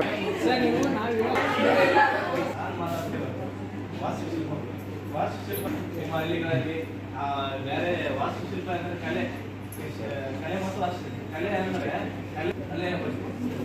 ಆದರೆ ಮುಖ್ಯಾಂಶಗಳಲ್ಲಿ ಸ್ಥಾಪಕ ವೃತ್ತಿಯಲ್ಲಿ ವಸ್ತುಗಳನ್ನು ನಿರ್ಧರಿಸಲು ಕಲೆಯನ್ನು ಸ್ಥಾಪನೆ. ನಾವು ಎಕ್ಸಾಂಪಲ್ ಗೋಲ್ಗುಂಬಟ ಐತಿ, ತಾಜ್ಮಹಲ್ ಐತಿ, ನಮ್ಮ ಪರಂಪರೆ ಅತ್ಯಂತ ಶ್ರೀಮಂತವಾಗಿದೆ. ಅದನ್ನೇ ನೀವು ಪಾಶ್ಚಿಮಾತ್ಯದವರು ನಮ್ಮ ಸಂಸ್ಕೃತಿಯನ್ನು ಒಪ್ಪಿ ಅವರು ಅದನ್ನೇ ಭಾವಿಸುತ್ತಿದ್ದಾರೆ. ಇದನ್ನು ಉಪಕಾರ ಪರೋಪಕಾರ ಎನ್ನುವುದು ನಮ್ಮ ಸಂಸ್ಕೃತಿಯ ಒಂದು ಸಣ್ಣ ಭಾಗವಾಗಿದೆ. ಇದರ ಜೀವನದಲ್ಲಿ ಜೀವನ ಮಾಡುತ್ತೇವೆ ಇರೋಣ. ಏಕೆಂದರೆ ನಾವು ಗಾಂಧೀಜಿ ನಿಮಗೆ ಸ್ವತಂತ್ರ ಬೇಕೇನಯ್ಯ, 90% ಜನಕ್ಕೆ ನಿಮ್ಮ ದೇಶದಲ್ಲಿ ಶಿಕ್ಷಣ ಕೊಡ್ಲಿಕ್ಕೆ ಆಗೋದಿಲ್ಲಲ್ಲ ಅಂತ. ಅವಾಗ ಗಾಂಧೀಜಿ ಅವರು ಹೇಳ್ತಾರೆ, ನಿಮ್ಮ ಒಂದು ಪಾಶ್ಚಿಮಾತ್ಯ ಸಂಸ್ಕೃತಿಯಲ್ಲಿ ಅಕ್ಷರವನ್ನು ಕಲಿಕರೆ ಮಾತ್ರ ಶಿಕ್ಷಣ ಅಂತ ತಿಳ್ತಿದ್ದೀರಿ. ನೀವು ಎಲೆ ಸೊಪ್ಪುವನ್ನು ಕಟ್ಟಿಕೊಂಡು ತಿರುಗಾಡುವ ಸಂದರ್ಭದಲ್ಲಿ ಸಿರಿಕಲ್ಚರ್ ಬರೋದಕ್ಕಿಂತ ಮುಂಚೆನೆ ರೇಷ್ಮೆಯನ್ನು ತೆಗೆದು ರೇಷ್ಮೆ ವಸ್ತ್ರವನ್ನು ನೇಯ್ದು ಹೋಗ್ತಿರ್ತಕ್ಕಂಥ ಸಂಸ್ಕೃತಿ ಕಲೆ ನಮ್ಮಲ್ಲಿದೆ ಅಂತಕ್ಕಂಥದ್ದು ನಾವು ಏನಿಲ್ಲ, ಎಲ್ಲ ವಿಷಯ ಸೀರಿಯಸ್ ಆಗಿದ್ರಲ್ಲ ನವಿಲ್ಲ ಅಂತ ಹೇಳಿ ರಾಜ್ಯಸಭಾ ಅವರು ಹೇಳಿದ್ರು ನಮ್ಮ ಕಲೆ ಮತ್ತು ವಾಸ್ತುಶಿಲ್ಪ ಹಂಗೈತಿ ಹಿಂಗೈತಿ ಅಂತಂದು. ಅವ್ರೊಂದು ಮಾತು ಹೇಳಿದ್ರು, ತಾಜ್ ಮಹಲ್ ಭಾರತದ ಸಂಸ್ಕೃತಿ. ತಾಜ್ ಮಹಲ್ ಶಾಜಹಾನ್ ವಿದೇಶಿ ಅಂತ ಕಳಿತು, ಅದು ಭಾರತದ ಹೇಗಾಗತ್ತೆ ತಾಜ್ ಮಹಲ್? ಆ ಶ್ಯಾಮಿಗೆ ಮಾತಾಡ್ತೀನಿ. ಭಾರತದಲ್ಲಿ ಇರ್ತಕ್ಕಂಥ ವಾಸ್ತುಶಿಲ್ಪ ಕಲೆಗಳು ಮಣ್ಣಿನಲ್ಲಿ ಅವು ಹೋಗಿದ್ವು. ಅವನ್ನೆಲ್ಲ ಹೆಂಗ್ ಬರೋದಂದ್ರು ಎಲ್ಲಿ ಬೇಕಲ್ಲೋ ಕೇಳಿದ್ರ ಎಲ್ಲ ವೈಜ್ಞಾನಿಕವಾಗಿ ಉತ್ತರ ಮಾಡಿ. ಈಗ ಒಂದು ಗುಡ್ಡ, ಮೊನ್ನೆ ಒಂದು ಇನ್ಸಿಡೆಂಟ್ ನಡೀತು. ನೀವೆಲ್ಲಿ ಒಂದು ವಾರ 15 ದಿನ 15 ವರ್ಷದ ಏನು ಒಂದು ಹೋಟ್ಲಿತ್ತು, ಲಾರಿ ಬಂದು ಊಟ ಮಾಡ್ತಿದ್ದು ಗುಡ್ಡ ಕುಸಿದು ಸತ್ತೋದ್ರು ಜನ, 7 ಜನ 14 ಜನ ಸತ್ತೋದ್ರು. ಮಣ್ಣಿನಡಿಗಿರ್ತಕ್ಕಂತಹ ಲಾರಿ ಇಲ್ಲೇ ಇದೆ ಅಂತ ಹೇಳಿ ಹೆಂಗ್ ಗುರುತಿಸಿದ್ರು? ವೈಜ್ಞಾನಿಕ ಉಪಕರಣಗಳನ್ನು ಬಳಸಿ ಕಬ್ಬಣ ಇಂಥ ಜಾಗದಲ್ಲಿ ಇದೆ ಈ ತರ ಗುರುತಿಸಿ ಇಲ್ಲಿ ಇರ್ಬೋದು ಅಂತ ಹೇಳಿ ಗುರುತಿಸಿ, ಅದೇ ತರವಾಗಿ ದೇವಸ್ಥಾನಗಳಾಗಿರ್ಬೋದು, ಏನಾದ್ರೂ ಒಂದು ವಸ್ತುಗಳಾಗಿರ್ಬೋದು, ಹಿಂದಿನ ಕಾಲದಲ್ಲಿ ಮಾಡಿರ್ತಕ್ಕಂಥ ಕೆತ್ತನೆಗಳಾಗಿರ್ಬೋದು, ಒಂದು ವಿಗ್ರಹಗಳಾಗಿರ್ಬೋದು, ವೈಜ್ಞಾನಿಕವಾಗಿ ಆಗಿರೋದು. ಇನ್ನೊಂದು ಹೇಳ್ಬೇಕಪ್ಪ ಅಂದ್ರೆ ರವಿಶಂಕರಣ್ಣ ಅವ್ರು ಹೇಳಿದಂದ್ರೆ ಇವರೊಂದು ಪಾಯಿಂಟ್ ಏನಂತ ಹೇಳಿದ್ರಪ್ಪ ಅಂದ್ರೆ, ದೇಶಕ್ಕೆ ಎಲ್ಲರೂ ಭಾರತದಲ್ಲಿರ್ತಕ್ಕಂಥ ವಾಸ್ತುಶಿಲ್ಪ ಕಲೆಗಳಿಗೆ ಮಾರು ಹೋಗಿ ಇಲ್ಲಿ ನೋಡಕ್ ಬರ್ತಾರೆ. ಅವ್ರು ಯಾಕೆ ಸರ್ ಇಲ್ಲಿ ಬರ್ತಾರೆ? ಅವ್ರದೇ ಬೇಕಾದಷ್ಟಿದೆ. ಇಲ್ಲಿಗೆ ಯಾಕೆ ಬರ್ತಾರೆ? ಅವ್ರ ದೇಶ ಏನಪ್ಪ ಕೋಲ್ಡ್ ಸಿಟಿ ಅಂದ್ರೆ ಫ್ರಿಜ್ ಇದ್ದಂಗೆ. ಅವ್ರಿಗೆ ಏನು ಫ್ರಿಜ್ ಇದ್ದಂಗೆ ಬಿಸಿಲು ಬೇಕು, ಬಿಸಿಲಿಗಾಗೆ ಬರ್ತಾರೆ. ಭಾರತ ಯಾಕೆ ಬಿಸಿಲು ಹಂಚಿದ್ದಂಗೆ. ರೊಟ್ಟಿ ಹಚ್ಚೋದಕ್ಕೆ ಗೊತ್ತಾಗಲ್ಲ, ರೊಟ್ಟಿ ಅಂದ್ರೆ ಗೊತ್ತಾಗಲ್ಲ, ಏನು ಪರೋಟ ರೋಟಿ, ಅದಕ್ಕಾಗಿ ಇಲ್ಲಿ ಬರ್ತಾರೆ. ಭಾರತದಲ್ಲಿರ್ತಕ್ಕಂಥ ವಾಸ್ತುಶಿಲ್ಪ ಕಲೆಗಳು ನೋಡಿ ಅವ್ರಿಗೆ ಬೇಕಂತ ಏನಿಲ್ಲ. ಫಾರಿನಲ್ಲಿ ಎಂತೆಂಥ ಬುರ್ಜ್ ಖಲೀಫಾ ಇರ್ಬೋದು, ಬುರ್ಜ್ ಅಲ್ ಅರಬ್ ಆಗಿರ್ಬೋದು, ಪ್ಯಾಲೇಸ್ ಟವರ್ ಆಗಿರ್ಬೋದು, ಇಂಥವನ್ನೆಲ್ಲ ಇಟ್ಕೊಂಡು ಮ್ಯೂಸಿಯಂಗಳಾಗಿರ್ಬೋದು, ಇವನ್ನೆಲ್ಲ ಬಿಟ್ಟು ಯಾಕೆ ಬರ್ತಾರೆ? ಬಿಸಿಲು ಬೇಕಾಗಿರೋದು, ಚರ್ಮ ರೋಗಗಳು ಬರ್ತಾವ ಅಂತೇಳಿ ಅದೊಂದು ಕಾರಣಕ್ಕೆ ಮಾತ್ರ ಬರ್ತಾರೆ. ಇನ್ನೊಂದು ಪಾಯಿಂಟ್ ಏನಪ್ಪ ಹೇಳ್ಬೇಕಂದ್ರೆ, ತಮಿಳ್ಕಾಯಿ ಹೊಡೆದಾಡ್ಕೊಂಡು ಎಲ್ಲ ಇದನ್ನ ಮಾಡ್ಕೊಂಡು ಹೋಗ್ಬಿಟ್ರು, ಕೆತ್ತಿದ್ರು. ಏನು ಒಂದು ಬರವಣಿಗೆ ಇಲ್ಲ, ಏನಿಲ್ಲ, ಬರ್ದಿದ್ರು ಅದು ಇನ್ನೊಬ್ರಿಗೆ ಅರ್ಥ ಆಗ್ತಿರ್ಲಿಲ್ಲ. ಸುಮ್ಮನೆ ಕಲ್ಲಿನಲ್ಲಿ ಚಿತ್ರ ಬಿಡಿಸೋದು, ಕುದುರೆ ಬಿಡಿಸೋದು, ಆನೆ ಬಿಡಿಸೋದು, ರಾಣಿ ಬಿಡಿಸೋದು, ಗ್ಯಾಸ್ ಮಾಡೋದು. ಅದು ಮುಂದಿನ ಪೀಳಿಗೆಗೆ ಅವರು ಆ ಥರ ಮಾಡಬೇಕು ಅನ್ನೋ ಥರ ಇರಬೇಕು.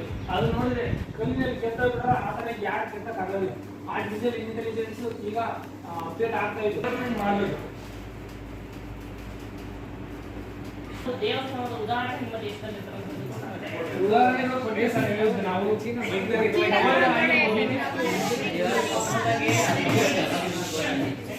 ಆಲ್ಮೋಸ್ಟ್ ಪ್ಯಾರಿಸ್ ಅಥವಾ ವಿದೇಶಿ ಯಾರು ಬಂದು ಭಾರತ ದೇಶಕ್ಕೆ ಹೋಗಿ ಅಲ್ಲಿ ಕಂಪನಿಗಳು ಸ್ಟಾರ್ಟ್ ಮಾಡಿ ಅಲ್ಲೇ ಬಿಸ್ನೆಸ್ ಮಾಡಿ ಒಳ್ಳೆ ದುಡ್ಡು ಮಾಡ್ಬೇಕಂತ ಪ್ಯಾರಿಸ್ಗಳಿಗೆ ಬರ್ತಾರೆ.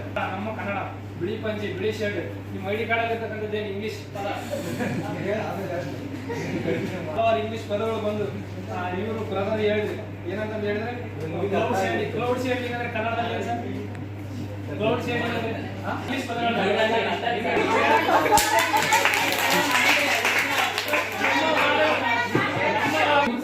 ಅರ್ಥ ಮಾಡ್ಕೊಂಡೆ ನಾವು ನಿಮ್ಮ ದೇಶಕ್ಕೆ ಬಂದು ನಿಮ್ಮೆಲ್ಲರನ್ನು ಒಡೆದು ಆಡಿ ನಿಮ್ಮಲ್ಲಿ ಇರ್ತಕ್ಕಂಥ ಸಂಪತ್ತನ್ನು ಲೂಟಿ ಮಾಡ್ಕೊಂಡು ಹೋಗ್ತೀವಿ. ಅದು ನಮ್ಮ ಜಾಣತನ, ನಿಮ್ಮ ಗಡತನ.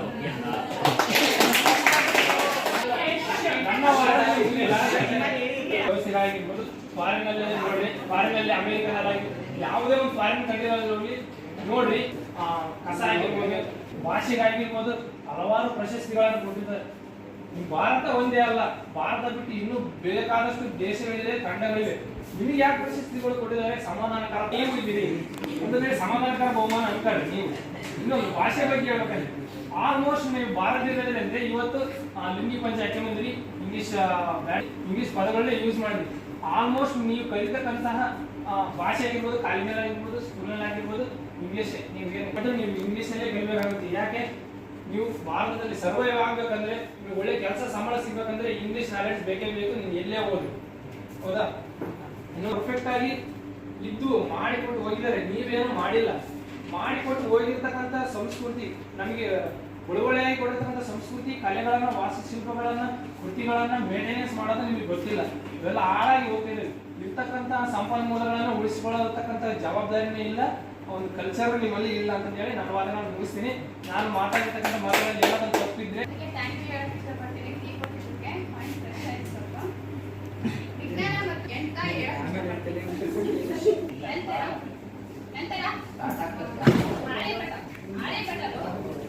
ತಮ್ಮ ಸೂರ್ಯ ಸಿದ್ಧಾಂತದಲ್ಲಿ ಸೂರ್ಯ ಹೀಗಿರ್ಬೇಕು, ಗ್ರಹಗಳು ಈ ತರ ಸುತ್ತಿದ್ದಾರೆ ಅಂತ ಒಂದು ಸಿದ್ಧಾಂತವೇ ಹೇಳಿದ್ದಾರೆ ಅವರು. ನೆಕ್ಸ್ಟ್ ದೆಹಲಿ ಹತ್ರ ಇರುವ ಮೌರ್ಹಲ್ಲಿಯಲ್ಲಿ ಕಬ್ಬಿಣದ ಸ್ತಂಭ ಇಂದಿಗೂ ಕೂಡ ತುಕ್ಕಿಡಿದಿದ್ದಂಗೆ ಒಂದು ವಿಜ್ಞಾನದಲ್ಲಿ ತೋರಿಸ್ಕೊಟ್ಟೋಗಿದ್ದಾರೆ. ನೆಕ್ಸ್ಟ್ ಈಗ ನೀವೆಲ್ಲ ಫ್ಲೈಟ್ ಅಡ್ಡಾಡ್ತಿರಲ್ಲ, ಆ ಕಡೆ ದೇಶದಿಂದ ಈ ಕಡೆ ದೇಶಕ್ಕೆ, ಆ ಒಂದು ಮಾಡಲ್ನ ಕೊಟ್ಟೋಗಿದ್ದೆ ರಾಮಾಯಣದಲ್ಲಿ. ಪುಷ್ಪಕ ವಿಮಾನವನ್ನ ರಾವಣ ಅವರು ಇದಾರಲ್ಲ, ಸೀತೆಯನ್ನ ಅದೇ ಲಂಕೆಗೆ ಕರ್ಕೊಂಡೋಗಿ ಅವರೆಲ್ಲ ಸುಧಾರಿಸ್ಕೊಂಡು ಬಂದಿದ್ದಾರೆ. ಅದು ಒಂದು ಡೆಮೋ ತಗೊಂಡು ನೀವು ವಿಮಾನನ ಕಂಡಿಡ್ತಿರ್ಬೋದು. ನೆಕ್ಸ್ಟ್ ಈಗ ಏನು ನೀವು ಬಿಸ್ನೆಸ್ ಮಾಡ್ತೀರಲ್ಲ, ಲಕ್ಷ ಕೋಟಿ, ಅದಕ್ಕೆ ಒಂದ್ರ ಮುಂದೆ ಎಷ್ಟೇ ಸೊನ್ನೆ ಹಾಕೊಂಡು ಅದಕ್ಕೆ ಬೆಲೆ ಸಿಗಲ್ಲ. ಒಂದ್ರ ಮುಂದೆ ಅದೇ ಎಷ್ಟೇ ಸೊನ್ನೆ ಹಾಕಿ ಅದಕ್ಕೊಂದು ಬೆಲೆ ಸಿಗುತ್ತೆ. ಆ ಸೊನ್ನೆನ ಕಂಡಿಡ್ದವರೇ ಆರ್ಯಭಟ, ನಮ್ಮ ಭಾರತೀಯ. ಅದಕ್ಕೆ ಒಂದು ಬೆಲೆ ಬಂದಿದೆ ಭಾರತೀಯರಿಂದ. ಈಗ ನೀವು ಲಕ್ಷ ಕೋಟಿ ಇಷ್ಟೇ ಹೇಳ್ತಾ ಕಾಲದಲ್ಲಿ ಮಹಾಭಾರತ ರಾಮಾಯಣ ಕಾಲದಲ್ಲಿಯೇ ತಂತ್ರಜ್ಞಾನ ಮತ್ತು ವಿಜ್ಞಾನ ಎಷ್ಟು ಮುಂದುವರೆದಿತ್ತು ಮತ್ತು ತಾಳೆಗರಿಗೆ ಒಂದು ಏನು ಅವರು ವೈಜ್ಞಾನಿಕ ಒಂದು ರೀತಿಯಲ್ಲಿ ವಿಸರ್ಜನ ಮಾಡಿದ್ರು. ಆ ತಾಳೆಗರಿಗೆ ಬರಲಿಕ್ಕಂತಹ ಒಂದು ವಿಷಯಗಳನ್ನ ನಿಮ್ಮ ದೇಶಕ್ಕೆ ತುಂಬಿಕೊಂಡು ಹೋಗಿ ಅದರ ಮೇಲೆ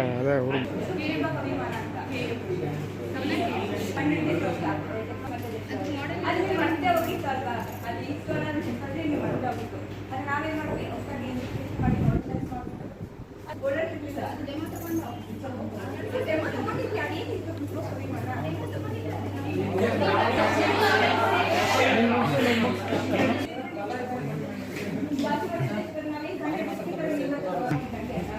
ಇವಾಗ ಪ್ರೆಸೆಂಟಿಂಗ್ ಏನಂತ ಮುಂಚೆ ನಮಗೆ ಕ್ಯಾನ್ಸರ್ಗೆ ಯಾವುದೇ ರೀತಿ ಒಂದು ಗುಣಮುಖ ಆಗುವಂಥ ಯಾವುದೋ ಒಂದು ಔಷಧಿ ಇರಲಿಲ್ಲ. ಇವಾಗ ನಮ್ಮ ಟೆಕ್ನಾಲಜಿ ಹೆಂಗಿತ್ತು ಅಂದರೆ, ಸೊ ಒಂದು ಫೈನಲ್ ಸ್ಟೇಜಿಗೆ ಹೋಗಿದ್ದಕ್ಕೆಲ್ಲ ಅಂತ ವಿಜ್ಞಾನನ ಯೂಸ್ ಮಾಡ್ಕೊತೀವಿ. ಅಂದರೆ ಸೊ ರೋಬೋಟಿಕ್ಸ್ ಆಗಿರ್ಬೋದು. ಸೊ ಇವಾಗ ರೋಬೋಟಿಕ್ಸ್ಗಳನ್ನ ಸೊ ಅವಾಗಲೇ ಅಂದರೆ ಇದೆಲ್ಲ ಫಿಫ್ಟೀನ್ ಮಿನಿಟಾಗಿ ಕಾಲ್ ಮಾಡಿ ನೀವು ಹೇಳ್ತೀರಾ ನಿಮ್ಗೆ ಡೆತ್ತಾಗಿದ್ರೆ ಸೊ ಬನ್ನಿ ಅಂತ. ಮುಂಚೆ ಹೆಂಗಿತ್ತು, ಸೊ ನಿಫ್ಟಿ ಬರೋದು ಹೌದಾ? ಸೊ ಅದೇ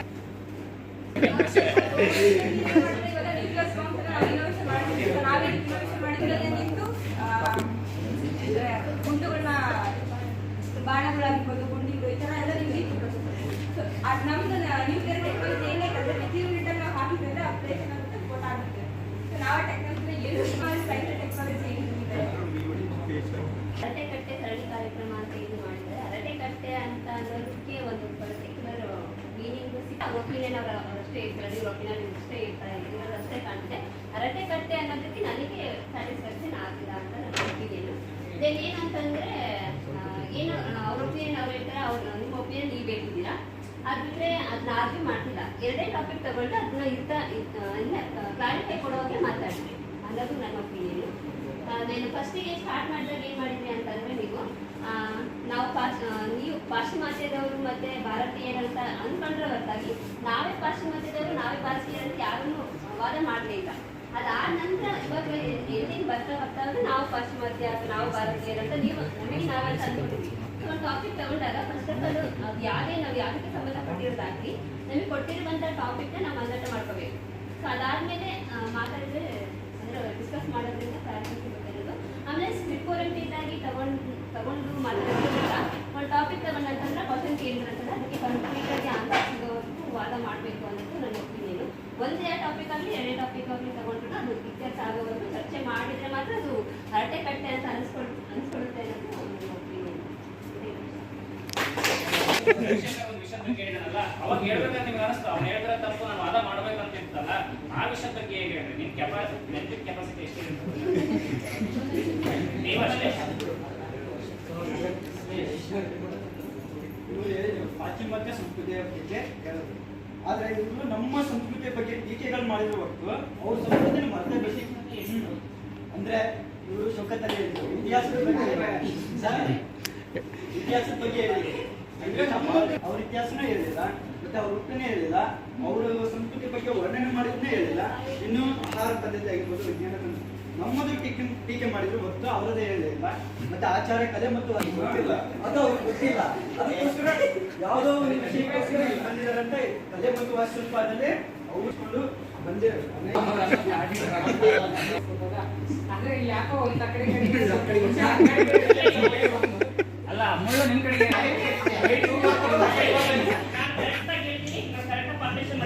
ಎಲ್ಲರೂ ನೋಡ್ರಿ ನನ್ನೊಬ್ಬನ ಸಿಕ್ಕಲ್ಲ.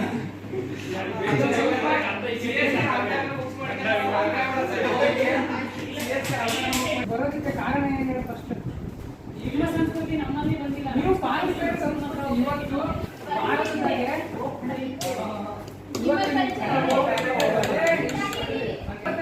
ಬರಕಿನ ಮುಂಚೆ ಸಂಸ್ಕೃತಿ ಇತ್ತ ಸಂಸ್ಕೃತಿ ಗೊತ್ತು, ಬಟ್ ಅವ್ರು ಬಂದು ನಮಗೆ ಇಲ್ಲಿ ಸಂಸ್ಕೃತಿ ಯಾರನ್ನ ಬರ್ಲಪ್ಪ, ಯಾರನ್ನ ಬರ್ಲಿ ನಿಮ್ಮನೆಗೆ ನಿಮ್ಮನೆಗೆ ನಮ್ಮ ಸಂಸ್ಕೃತಿ ನೀವು ಏನ್ ಬಂದು ಹೇಳಿದ್ರೆ ನಮ್ಮ ಸಂಸ್ಕೃತಿ ನಮ್ದು ಹಂಗೆ ಮತ್ತೆ ವೆಸ್ಟರ್ನ್ ಕಲ್ಚರ್ ಯಾಕೆ ಅಡಾಪ್ಟ್ ಮಾಡ್ಕೊಂಡಿದ್ದೀರಾ? 70% ಆಫ್ ಪೀಪಲ್ಸ್ ಇಂಡಿಯಾದಲ್ಲಿ ಯೂಸ್ ಮಾಡ್ಕೊಂಡಿರೋದೇ ವೆಸ್ಟರ್ನ್ ಕಲ್ಚರ್. ಇನ್ನೊಂದು ನಿಮ್ಮ ಸಂಸ್ಕೃತಿ ದುರ್ಬಲತೆಗೆ ನಮ್ಮ ಸಂಸ್ಕೃತಿ ಮಹತ್ವಕ್ಕಿಂತ ನಿಮ್ಮ ಸಂಸ್ಕೃತಿಯ ದುರ್ಬಲತೆನೇ ಜಾಸ್ತಿ ಇದೆ. ಏನು ಶಕ್ತಿ ಕಾಣಿಕು ಕುಡಿಯುತ್ತಂದ್ರೆ ಕಣ್ಣುಸೆ ಕುಡಿತೀರಿ ಎಲ್ಲರೂ, ಹೌದಾ? ಯಾಕೆ ಕುಡಿತೀರಿ ನೀವು? ಈಗ ಪಾಲನೆ ಮಾಡ್ಲಿಕ್ಕೆ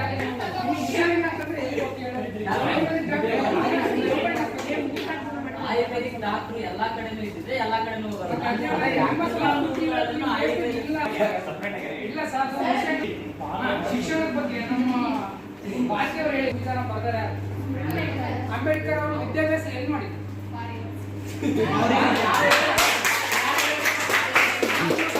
ಮಹಾತ್ಮ ಗಾಂಧೀಜಿ ವಿದ್ಯಾಭ್ಯಾಸ ಎಲ್ಲಿ ಮಾಡಿದ್ರು? ಜವಾಹರಲಾಲ್ ನೆಹರು ವಿದ್ಯಾಭ್ಯಾಸ ಎಲ್ಲಿ ಮಾಡಿದ್ರು? ಹೇಳ್ರಿ. ಇಂಡಿಯಾದ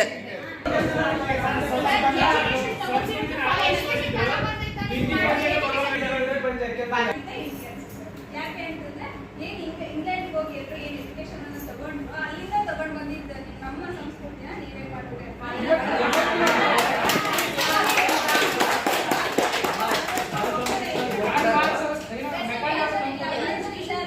ಫಾರಿನವರೇ ಬಂದ್ಬಿಟ್ಟು ನಮ್ಮ ಇಂಡಿಯನ್ ಕಲ್ಚರ್ ಇಷ್ಟಪಡ್ತಾರೆ. ಇವಾಗ ಅದು ಗೊತ್ತಲ್ಲ,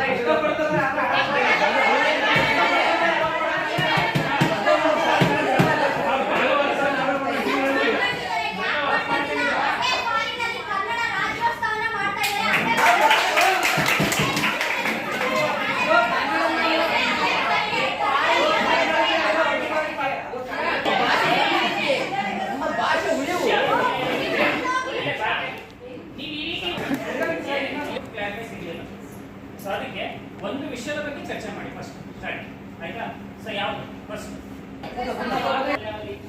ಕಲ್ಚರಲ್ ಒಟ್ಟು ನೀವು ನಮ್ಮ ಭಾರತೀಯ ಸಾಹಿತ್ಯ ಅಷ್ಟು ಮಟ್ಟಿಗಿದೆ ಎಷ್ಟು ಮಟ್ಟಿಗಿದೆ ಅಂತ ಅದ್ರ ಬಗ್ಗೆ ಆಗಿರ್ಬೋದು, ಕಲೆ, ವಾಸ್ತುಶಿಲ್ಪ ಎಲ್ಲ ಡಿಸ್ಕಸ್ ಆಗಿದೆ. ಪಾಶ್ಚಿಮಾತ್ಯ ಸಂಸ್ಕೃತಿ ಅನ್ನೋದು ಯಾವ್ದು? ನಾನು ಪೂರ್ತಿ ಏನ್ ಮಾಡ್ತಾ ಇದ್ದೀನಿ, ನೀವು ನಮ್ಮ ಕಲ್ಚರ್ ಆಗಿದ್ದೀವಿ, ನಮ್ಮ ಡ್ರೆಸ್ ಮಾಡರ್ನ್ ಆಗಿದೆ, ನಾವು ಈ ತರ ಮಾಡರ್ನ್ ಆಗಿದ್ದೀವಿ, ನಮ್ಮ ಕಾಲೇಜ್ಗಳು ಇದಾವೆ, ಹಾಸ್ಪಿಟಲ್ ಇದಾವೆ, ಅದು ಇದೆ ಇದು ಇದೆ ಅಂತ ಈಗ ಮೊದಲು ಬುನಾದಿನೇ ಭಾರತೀಯ ಸಂಸ್ಕೃತಿ. ಫಸ್ಟ್ ನೀವೇನು ನಾನು ಪ್ಯಾಂಟ್ ಶರ್ಟ್ ಹಾಕೊಂಡ ತಕ್ಷಣ ನೀವು ಪಾಶ್ಚಿಮಾತ್ಯರು ಅಂತ ಹೇಳ್ತಿದ್ದೀರಲ್ಲ, ಮತ್ತೆ ಇನ್ನೊಂದು ಮಾಡರ್ನ್ ಡ್ರೆಸ್ ಹಾಕೊಂಡ್ರೆ ನೀವು ನಾವು ಪಾಶ್ಚಿಮಾತ್ಯರು ಅಂತ ಹೇಳ್ತಿದ್ದೀರಲ್ಲ, ಇದನ್ನ ನಾವು ನೀವು ಹುಟ್ಟಕ್ಕಿಂತ ಮುಂಚೆನೆ ಮಾಡಿದೀವಿ. ಅಂದ್ರೆ ಬೇಲೂರು ಹಳೆಬೀಡು ಅಂತ ದೇವಸ್ಥಾನಗಳಲ್ಲಿ ನೋಡಿ ಅಲ್ಲಿದೆ ನಮ್ಮ ಡ್ರೆಸ್, ಮಾಡರ್ನ್ ಡ್ರೆಸ್ಗಳು. ಅಂದ್ರೆ ಈಗ ನೀವು ಅಳವಡಿಸ್ಕೊಂಡಿದ್ದೀರಲ್ಲ ಅದು ಬೇಸ್ ನಮ್ಮದು. ನಾವ್ ಯಾಕೆ ಯೂಸ್ ಮಾಡಬಾರ್ದು? ನಮ್ಮ ಪ್ಯಾಂಟ್ ಯಾವ್ದು ಪ್ಯಾಂಟ್ ಶರ್ಟ್ ನೋಡಿ ನೀವು ಭಾರತೀಯರಲ್ಲ ಅಂತಂದ್ರೆ ರಾಜ ಮಹಾರಾಜ ನಾವು ಹುಡ್ತಾ ಇದ್ದ ಕಚ್ಚೆ ಪಂಜಾಬಿ ನೀವು ಪ್ಯಾಂಟ್ ಮಾಡ್ಕೊಂಡಿದ್ದೀರಿ. ನಾನು ಹೇಳ್ತೀನಿ ಮಾತಾಡುವಂತೆ. ಓಕೆ, ಉತ್ತರೆ ಪಂಚೆ ಆದ್ರೆ ಒತ್ತರೆ ಹೊದಿಕೆ ಆದ್ರೆ ಹಾಸಿದರೆ ಹಾಸಿಗೆ ಆದ್ರೆ ನೀನ್ ಯಾರಿಗಾದೆ ಎಲೆ ಪಾಯಿಂಟ್ ಈ ಪಂಚೆ ಇದ್ದು ಮೊದಲು ನಾವೇ, ಆ ಪ್ಯಾಂಟ್ ಹಾಕಿದ್ದು ಮೊದಲು ನಾವೇ, ಮಾಡರ್ನ್ ಡ್ರೆಸ್ ಹಾಕಿದ್ದು ನಾವೇ. ಓಕೆ, ನಮ್ಮದನ್ನ ಅನುಸರಿಸ್ತಾರೆ ನೀವು, ನಿಮ್ಮನ್ನ ನಾವ್ ಯಾವುದೇ ಕಾರಣಕ್ಕೆ ಅನುಸರಿಸಿಲ್ಲ.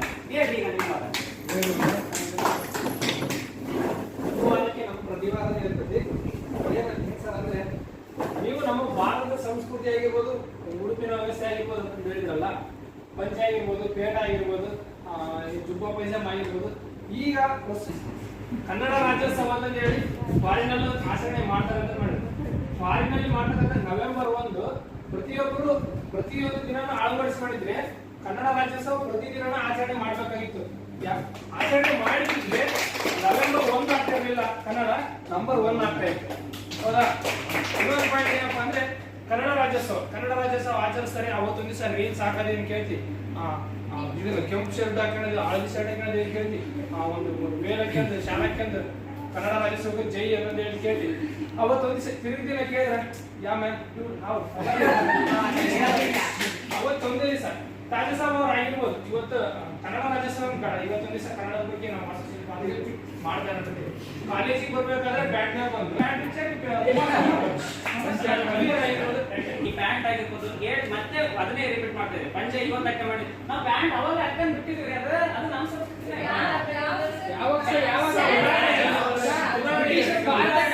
ಭಾರತದಲ್ಲಿ ಪ್ಯಾಂಟ್ಗಳ ಪರಿಚಯ ಆಗ್ತದೆ. ಅದಕ್ಕೆ ನಮಗೆ ಸ್ವದೇಶಿ ವಸ್ತು ಉತ್ಪಾದನೆ ನಾವು ಕಟ್ಟ ಕಚ್ಚೆ ಪಂಚೆ ನೋಡ್ಬಿಟ್ಟೆ ನೀವು ಪ್ಯಾಂಟ್ ನ ಬೇಲೂರು, ಹಳೆಬೀಡು, ಸೋಮನಾಥೇಶ್ವರ ಅಂತ ದೇವಸ್ಥಾನಗಳಲ್ಲಿ ನೋಡಿ ಶಿಲಾ ಇವನ್ನ ನೋಡಿ ಅಲ್ಲಿ ಹಾಕಿರೋದೇ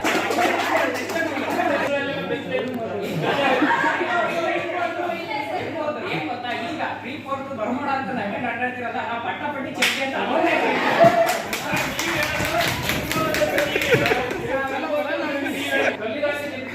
ಹಲವಾರು ವಿಗ್ರಹಗಳು ಬೆತ್ತಲಿರೋದನ್ನ ನೋಡ್ಬೋದು. ಆದ್ರೆ ಪಾರ್ಲಿಮೆಂಟ್ ಎಲ್ಲಿ ನೋಡಕ್ ಸಾಧ್ಯ ಇಲ್ಲ. ಅವುಗಳು ಬರವಣಿಗೆ ರೂಪದಲ್ಲಿ ಇಲ್ಲ. ನೀವು ಫಸ್ಟ್ ಹಾಕೊಂಡಿದ್ರು ಅವರು ಹಾಕೊಂಡಿರೋದು ಸರ್. ಇಲ್ಲಿ ಹಳ್ಳಿ ಗೊತ್ತಾಗಿರ್ತದೆ, ಅವ್ರು ಫಸ್ಟ್ ಯೂಸ್ ಮಾಡಿರ್ಬೋದಲ್ಲ. ಅದೇನ್ ಮಾಡಕ್ಕೆ ಕೈ ಮುಗಿತು. ಅದೇ ಫಾರಿನಲ್ಲಿ ಏನ್ ಮಾಡ್ತಾರೆ, ಇವಾಗ ಅದೇ ಹೆಣ್ಮಕ್ಳು ಇವಾಗ ಮಾಡೋಣ ಅಂತ ಏನು ಯೂಸ್ ಮಾಡ್ತಾರಲ್ಲ, ಆ ಡ್ರೆಸ್ಗಳು ನೋಡ್ಬಿಟ್ಟು ಮಹಿಳೆಯರ ಬಗ್ಗೆ ಎಷ್ಟು ದೌರ್ಜನ್ಯ ಆಗಿದೆ ಆಗಿದೆಯಾ? ಬಟ್ ಅದೇ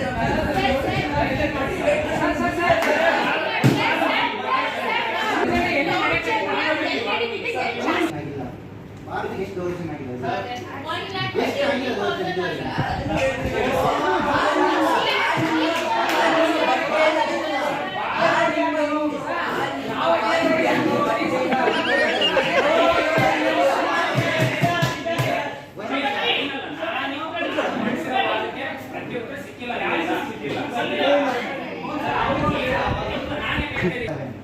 ಬೇಲೂರು ಹಳೆಬೀಡುಗಳು ರೆಡಿ ಕೆತ್ತನೆ ಆಗಿದ್ದು ಯಾವಾಗ? ಕ್ರಿಸ್ತ ಶಕ 1607 ಇಸ್ವಿ. ಅಲ್ಲಿವರೆಗೂ ಪಾಲಿನ ಪಟ್ಟ ಆಗ್ತಿಲ್ಲ. ಅದನ್ನು ನೋಡಿ ವಿದೇಶದಿಂದ ಮೆಕ್ಕೆಜೋಳ ಬಂದಿದ್ದೀವಿ, ಅಮೇರಿಕೆಯಿಂದ ಅದರ ಒಂಥರ ಇದು ತಳಿ ಇದೆ, ಅದೊಂದು ಬೆಳೆ ಅನ್ನೋದನ್ನ ಬೇಲೂರು ಮತ್ತು ಶಿಲಾ ಅಲ್ಲಿ ಕೆತ್ತಿದ್ರು. ಅದನ್ನು ಈಗ ಬೆಳೆಯಕ್ಕೆ ಸ್ಟಾರ್ಟ್ ಮಾಡಿದ್ರು ಅಷ್ಟೇ. ಅದಕ್ಕಂದ್ರೆ ಪರಿಚಯ ಇತ್ತು ಅಂತೇಳಿ, ಪಾಶ್ಚಾತ್ಯ ಸಂಸ್ಕೃತಿ ಪರಿಚಯ ಇತ್ತು. ಸಮುದ್ರಗುಪ್ತ ಇದು ಯಾವುದು ಸಮುದ್ರಗುಪ್ತ ಅಂತ ಬೇರೆ ದೇಶಗಳ ಜೊತೆ ಅವರು ಒಡನಾಟ ಇತ್ತು. ಅವಾಗ ಅಲ್ಲಿಂದ ಇಲ್ಲಿವರೆಗೂ ಇತಿಹಾಸ ಬೆಳೆದು ಬಂದಿದೆ. ಅಲ್ಲಿರುವಂಥ ಕಲ್ಚರ್ ಇಲ್ಲಿಗೆ ಹರಿದು ಬಂದಿದೆ. ಅದ್ರ ಜೊತೆಗೆ ಬಟ್ಟೆನೂ ಕೂಡ ಬಂದಿತ್ತು. ಬರೀ ಬೇಸ್ ಬೇಲೂರು ಹಳೆಬೀಡು ಅಲ್ಲ, ಅಂದ್ರೆ ಇದು ಕರೆಕ್ಟಾದ ಇದಕ್ಕೆ ನಮ್ಮ ಹೆಂಗೆ ಅಂತ ಹೇಳ್ಕೊಟ್ಟಿದ್ರು. ಆದ್ರೆ ಯುವಜನಲ್ಲಿ ಗುರುಕುಲ ಪದ್ಧತಿಯನ್ನ ಜಾರಿ ಮಾಡಕ್ ಆಗಲ್ಲ. ಯಾಕಂದ್ರೆ ಇಲ್ಲಿ ಯುದ್ಧಗಳು ಆಗಲ್ಲ. ಇಲ್ಲಿ ಏನ ನಾವು ದಿನನಿತ್ಯ ಮಾಡೋ ಯುದ್ಧ ಏನು, ನಾವು ಕೆಲಸ ತಗೋಬೋದನೆ ಮಾಡ್ಬೇಕು ಅನ್ನೋದು ನಮಗೆ ಕಣ್ಣು ಸಹಿತ ನಮ್ಮ ದೇಶದಿಂದಲೇ ಬರಬೇಕಾಯಿತು. ನಮ್ಮ ದೇಶದ ಶಿಕ್ಷಣದಿಂದಲೇ ನೀವು ಹಲವಾರು ಗುರುಕುಲ ಪದ್ಧತಿಯಲ್ಲಿ ಬರೀ ಯುದ್ಧಗಳಂತ ಇದೆ. ನಮ್ಮ ದೇಶ ಮೊದಲಿನಿಂದಲೂ ಅಹಿಂಸೆ ಮತ್ತು ಪೌರುಷ ಅಂತ ಇದೆ. ಅಂದ್ರೆ ಶಾಂತಿ ಅಂತ ಬಂದ್ಮೇಲೆ ಯಾರೇ ಒಬ್ಬ ಎದುರಾಳಿ ಶಾಂತಿ ಅಂತ ಬಂದ್ಮೇಲೆ ಎದೆ ಮೇಲೆ ಎದೆ ಕೊಟ್ಟು ಯುದ್ಧದಿಂದ ಹೊರಗಡೆ ಪಲಾಯನ ಮಾಡಬೇಡ್ರಿ, ಎದುರಿಸಿ ಹೋರಾಡ್ರಿ ಅಂತ ಹೇಳಿದ್ದಾರೆ. ಇವತ್ತಿನ ದಿನ ನಾವೇನು ಪುಸ್ತಕ ಮಿಷಿನ್ ರೆಡಿ ಮಾಡಿ ಮ್ಯಾಕ್ ಆಗೋದು ಆಗಲ್ಲ. ಅದಕ್ಕೇನು ನಮಗೆ ಅದಕ್ಕೇನು ಅಗತ್ಯ ಐತೆ, ಅದು ಮ್ಯಾಕ್ ಆಗ್ಬೇಕಂದ್ರೆ ಏನ್ ಬೇಕು, ಅದ್ರ ರೀತಿ ಮಿಷಿನ್ ತಯಾರು ಮಾಡಿದಾಗ ಅದಕ್ಕೆ ಏನ್ ಬೇಕು ಅನ್ನೋದನ್ನ ನಾವು ಅರ್ಥ ಮಾಡ್ಕೊಂಡು ಅದಕ್ಕೆ ಅಡಿಷನಲ್ ಆಗಿ ಏನೋ ಇನ್ಫಾರ್ಮೇಶನ್ ಅದಕ್ಕೆ ಡಾಟಾಗಳನ್ನು ಕೊಡ್ತಾ ಹೋಗ್ತೀವೋ ಆ ರೀತಿಯಾಗಿ ಕೆಲಸ ಮಾಡ್ತಾ ಹೋಗುತ್ತೆ. ಅದೇ ಈಗ ಪುಷ್ಪಕವನ್ನು ಸುಮ್ಮನೆ ಹೇಳಿದ್ರೆ ಅದು ಸುಮ್ಮನೆ ಹಿಂಗ ಅಂತಂದ್ರೆ ಹೆಂಗೆ ಇವತ್ತಿನ ದಿನದಾಗ ಯಾಕಿಲ್ಲ? ನಿಮ್ಮ ಸಂಸ್ಕೃತಿಯನ್ನ ಕಾಪಾಡ್ಕೊಂಡ್ ಬಂದಿದ್ರೆ ಇವತ್ತಿನ ನೀವು ದೇವ್ರು ನೋಡ್ಬೋದಿತ್ತಲ್ಲ, ಯಾಕೆ ಕಾಣ್ತಿಲ್ಲ ದೇವ್ರು? ಶೀಟ್ ತಗೊಳ್ಳಿ, ಈಗ ಶೀಟ್ ತಗೊಂಡು ಈ ತರ ಮಾಡಿ ಬೆಂಕಿ ಹಚ್ಚಿರಿ ಕೆಳಗೆ. ಆ ಬರೋ ಹೊಗೆಯಿಂದ ಮೇಲು ಈ ರೀತಿ ಒಂದು ಟೆಕ್ನಾಲಜಿ ನಾವು ಯೂಸ್ ಮಾಡಿ ಅಲ್ಲ ಅದ್ರ ಬಗ್ಗೆ ಬೆಂಕಿ ಹಚ್ಚಿದ್ರು ಅದು ಅಲ್ಲಿಂದ ಮ್ಯಾಕ್ ಆಗ್ತಂತ ಈಗ ವಿಮಾನ ಇದೆ ಇಂಧನ ಅದು ತುಂಬಾ ಸುರಿತಾರ ಅದು ಎಷ್ಟು ಅಲ್ಲ ಸರ್ ಅದೇ ಹೌದು ಆಗ್ತಿತ್ತು ಬಿಡ್ರಿ ಅದು ಯಾವ ರೀತಿ ಆಗ್ತಿತ್ತು ಒಂದು ಕಲ್ಪನೆ ಅಷ್ಟೇ ಬರುತ್ತೆ ಸರ್ ಶಕ್ತಿಮಾನ್ ಒಂದು ಕಾರ್ಟೂನ್ ಬರ್ತಿತ್ತು ಅದ್ರಾಗೆ ಮಿಷಿನ್ಗಳನ್ನ ತಯಾರು ಮಾಡ್ತಿದ್ದಾನೆ ಸರ್ ಅದು ಯಶಸ್ವಿ ಆಗ್ತಿದ್ದಿಲ್ಲ ಎಷ್ಟೋ ಮಿಷಿನ್ಗಳನ್ನ ಸ್ಕೆಚ್ ಹಾಕಿ ಅವೆಲ್ಲ ಹೆಂಗೆ ಮಾಡ್ಬೇಕಂತಂದು ಸುಮ್ಮನೆ ಎಂಟರ್ಟೈನ್ಮೆಂಟಿಗೆ ಅವ್ರು ಮಾಡ್ತಿದ್ರು ಆ ಬುಕ್ಕ ಇವ್ರಿಗೆ ಐಸಾಕ್ ನ್ಯೂಟನ್ಗೆ ಅಂತ ವಿಜ್ಞಾನಿಗಳಿಗೆ ಸಿಕ್ತು ಅವ್ರಂತವನ್ನ ಏನೋ ಸೃಷ್ಟಿ ಮಾಡಿದ್ರ ಅಂತಂದು ಅದು ಕಾರ್ಟೂನಲ್ಲಿ ಬರ್ತದೆ ಅದನ್ನ ಇವ್ರು ಹೇಳ್ತಿದ್ರು ಆ ರೀತಿ ಆ ಕಲ್ಪನೆಯಿಂದ ಆ ತರ ಬಂತು ಅಂತ ಇವ್ರು ಒಂದ್ ಕೈಯಿಂದ ಎತ್ತದಾಗುತ್ತಾ ಇಲ್ಲ ತಾನೆ. ಆದ್ರೆ ಸಂಗೊಳ್ಳಿ ರಾಯಣ್ಣ ಅದು ತಗೊಂಡು ಯುದ್ಧ ಮಾಡ್ತಿದ್ದ, ಟಿಪ್ಪು ಸುಲ್ತಾನ್ ತಗೊಂಡು ಯುದ್ಧ ಮಾಡ್ತಿದ್ದ. ಯಾಕೆಂದ್ರೆ ಅವಾಗಿನ ಆಹಾರ ಪದ್ಧತಿ, ಅವಾಗಿನ ಊಟ, ಅವಾಗಿನ ಪರಿಸ್ಥಿತಿ ಆ ರೀತಿ ಇತ್ತು, ಅವಾಗಿನ ಗಾಳಿ ಆ ರೀತಿ ಇತ್ತು. ಒಬ್ಬ ಮನುಷ್ಯ 8 ಅಡಿಗೆ ಬೆಳೀತಿದ್ದ, ದಷ್ಟಪುಷ್ಟವಾಗಿ ಇರ್ತಿದ್ದ, ಇದ್ದ ಕೂಡ. ಓಕೆ, ಅದನ್ನ ಒಪ್ಕೊಂತೀನಿ. ನಿಮ್ಮ ಅಪ್ಪನ ಹೆಸರು ಕೇಳ್ತೀನಿ ಹೇಳ್ತೀನಿ, ನಿಮ್ಮ ಅಜ್ಜನ ಹೆಸರು ಕೇಳ್ತೀನಿ ಹೇಳ್ತೀನಿ, ಅಜ್ಜನ ಹೆಸರು ಕೇಳಿ ಅವ್ರ ಅಜ್ಜನ ಹೆಸರು ಕೇಳಿ ಹೇಳ್ತೀವ ನಾವು. ಪರ್ಫೆಕ್ಟ್ ಆಗಿ ಇಟ್ಕೊಂಡು ಒಂದು ವಿಷಯನ ಮಂಡಿಸಬೇಕು ಅಂತ ತಿಳಿಸ್ಕೊಡ್ತಾರೆ ಪಾಶ್ಚಿಮಾತ್ಯ ಇದಕ್ಕಿಂತ ಮುಂಚೆ ವೈಜ್ಞಾನಿಕ ಸಂಶೋಧನೆ ಪ್ರೂಫ್ ಇಟ್ಕೋಬೇಕು ಅಂತಂದು ನಾವು ನಿಮ್ ಪೇಪರ್ ಪೆನ್ ಹುಟ್ಟಿದ ಕಾಲದಲ್ಲಿನೇ ತಾಳೆ ಗಡಿಗಳ ಮೇಲೆ ಬರೆದು ಎವಿಡೆನ್ಸ್ ಇದೆ. ನೀವು ತಾಳೆ ಗಡಿಗಳು ಬರೇ ಕಾಲದಲ್ಲಿ ನಾವು ಪೇಪರ್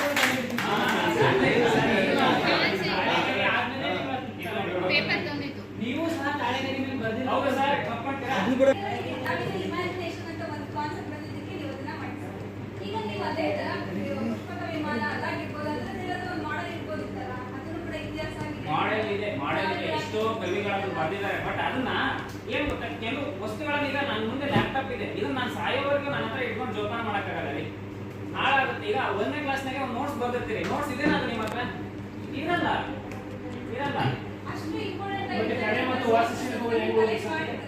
ಒಂದು ಕಲ್ಲು ಇರೋದು, ಒಂದು ಕಲ್ಲು ನಮ್ಮ ಹತ್ರ ಉಳಿಯೋದು, ಒಂದು ಕಲ್ಲನ್ನ ಜೋಬ್ನ ಇಟ್ಕೊಂಡು ಹೋಗೋದು, ನೀರ ಜೋಬ್ನ ಇಟ್ಕೊಂಡು ಹೋಗೋದು ಡಿಫ್ರೆನ್ಸ್ ಇದೆ.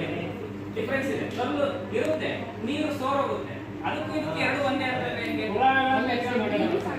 ಈಗ ಎಷ್ಟೋ ಪ್ರಳಯಗಳಾಗಿದೆ, ಭೂಕಂಪಗಳಾಗಿದೆ, ಮತ್ತೆ ಇಲ್ಲಿ ನಿಯರೆಸ್ಟ್ ಇದರಲ್ಲಿ ಫ್ಲಡ್ಸ್ ಆಗಿ ಮನೆನೇ ಕೊಚ್ಕೊಂಡು ಹೋದ್ರು. ಆ ರೀತಿ ಪರಿಸ್ಥಿತಿ ಬಂದಿರ್ಬೋದಲ್ಲ, ಹೋಗಿರ್ಬೋದಲ್ಲ. ಭೂಮಿಯನ್ನ ಅಗದಾಗ ಎಷ್ಟೋ ಪುರಾವೆಗಳು ಸಿಗ್ತಾ ಇದೆಯಲ್ಲ. ಭೂಮಿ ಅಗೆಯುವಂತ ಪರಿಸ್ಥಿತಿ ಯಾಕೆ ಬಂತು ಸರ್? ಅದನ್ನ ಕಾಪಾಡ್ಕೊಂಡು ಬರ್ಬೋದು. ನೋಡಿ, ಪ್ರಳಯ ಅನ್ನೋದು ಯಾವುದೇ ಮನುಷ್ಯ ಮಾಡೋದಲ್ಲ, ಪ್ರಕೃತಿ ವಿಕೋಪ. ನಾವಿಲ್ಲಿ ಇದೀವಿ, ನಿಂತ್ಕೊಂಡಿದೀವಿ ಅಂತಂದ್ರೆ ನಾವು ಅದನ್ನ ನಂಬ್ತೀವಿ. ನಾವು ಇಲ್ಲಿಂದ ಮನೆಗೆ ಹೋಗ್ತೀವಿಲ್ಲ ಗೊತ್ತಿಲ್ಲ, ನಡಿಗೆ ಆಕ್ಸಿಡೆಂಟ್ ಆಗುತ್ತಿಲ್ಲ ಗೊತ್ತಿಲ್ಲ, ನಾಳೆ ಬೇಕು ಅಂದ್ರೆ ಮಣ್ಣಾಗಿ ಮುಚ್ಚಿಲ್ಲ. ಅದನ್ನ ಪ್ರಕೃತಿ ತನ್ನ ಉಳಿದಕ್ಕೋಸ್ಕರ ಅದು ಏನ್ ಬೇಕೋ ಅದು ಮಾಡ್ಕೊಳುತ್ತೆ. ಅದನ್ನ ನಾವ್ ಯಾರು ಕೂಡ ತಡೆಯಕ್ಕಾಗಲ್ಲ. ಅದನ್ನ ನೀವು ಪಾಶ್ಚಿಮಾತ್ಯ ತಡಿಬೋದಿಲ್ಲ, ಬಟ್ ನಾವು ಇಂಡಿಯನ್ಸ್ ಯಾವುದೇ ಕಾರಣಕ್ಕೆ ತಡೆಯಕ್ಕಾಗಲ್ಲ. ನಮ್ಮ ಕಡೆಯಿಂದ ನಾವು ಒಪ್ಕೊಳ್ತೀವಿ, ಪ್ರಕೃತಿಯ ವಿಕೋಪವನ್ನ ನಾವು ತಡೆಯಕ್ಕಾಗಲ್ಲ. ಯಾಕಂದ್ರೆ ಟೆಕ್ನಾಲಜಿಗಳು ಸ್ಯಾಟಲೈಟ್. ಹಾಗಾದ್ರೆ ಮೊನ್ನೆ ಪ್ರಳಯ ಆಗಿರೋ ತಡಿಬೇಕಿತ್ತು.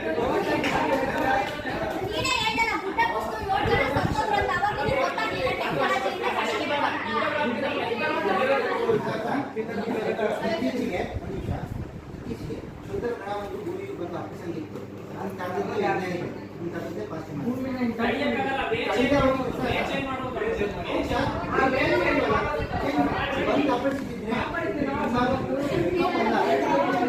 ಭೂಕಂಪ ಆಗ್ತಿತ್ತು, ಏನಾಗ್ತಿತ್ತು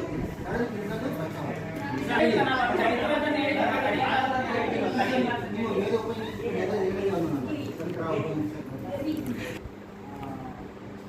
ಸತಿ ಸಂಗಮನ ಪದ್ಧತಿ ಅದು ನಮ್ದ್ರಲ್ಲಿ ಇರಲೇ ಇಲ್ಲ. ಎಸ್ಪೆಷಲಿ ರಜಪೂತ್ರಗಳು ಸ್ಟಾರ್ಟ್ ಮಾಡಿದ್ದೆ ಅದು ನಮ್ದ್ರಲ್ಲಿ ಇರಲೇ ಇಲ್ಲ. ಅದನ್ನ ದಶರಥ ಸತ್ ಮೇಲೆ ಇನ್ನು 3 ಏನ್ ಹೇಳ್ತಾರಿದಾರಲ್ಲ ಅವರು ಸತಿ ಸಂಗಮನ ಆಗ್ಬೇಕಿತ್ತು. ಅಲ್ಲ ಸರ್, ಇದು ಸತಿ ಸಂಗಮನ ಪದ್ಧತಿ ಅಲ್ಲ, ಅವ್ರು ಹೇಳೋ ತಕ್ಷಣ ಅದು ತಪ್ಪಾಯ್ತು. ಯಾಕಂದ್ರೆ ಇದು ಸತಿ ಸಂಗಮನ ಪದ್ಧತಿ ಅನ್ನೋದು ಜಾರಿಗೆ ಬಂದ ಯಾವಾಗ ಅಂತಂದ್ರೆ ರಜಪೂತರ ಆಳ್ವಿಕೆದಾಗೆ ಅವಾಗಿನ ಕಾಲದಿಂದ ಜಾರಿಗೆ ಬಂತು.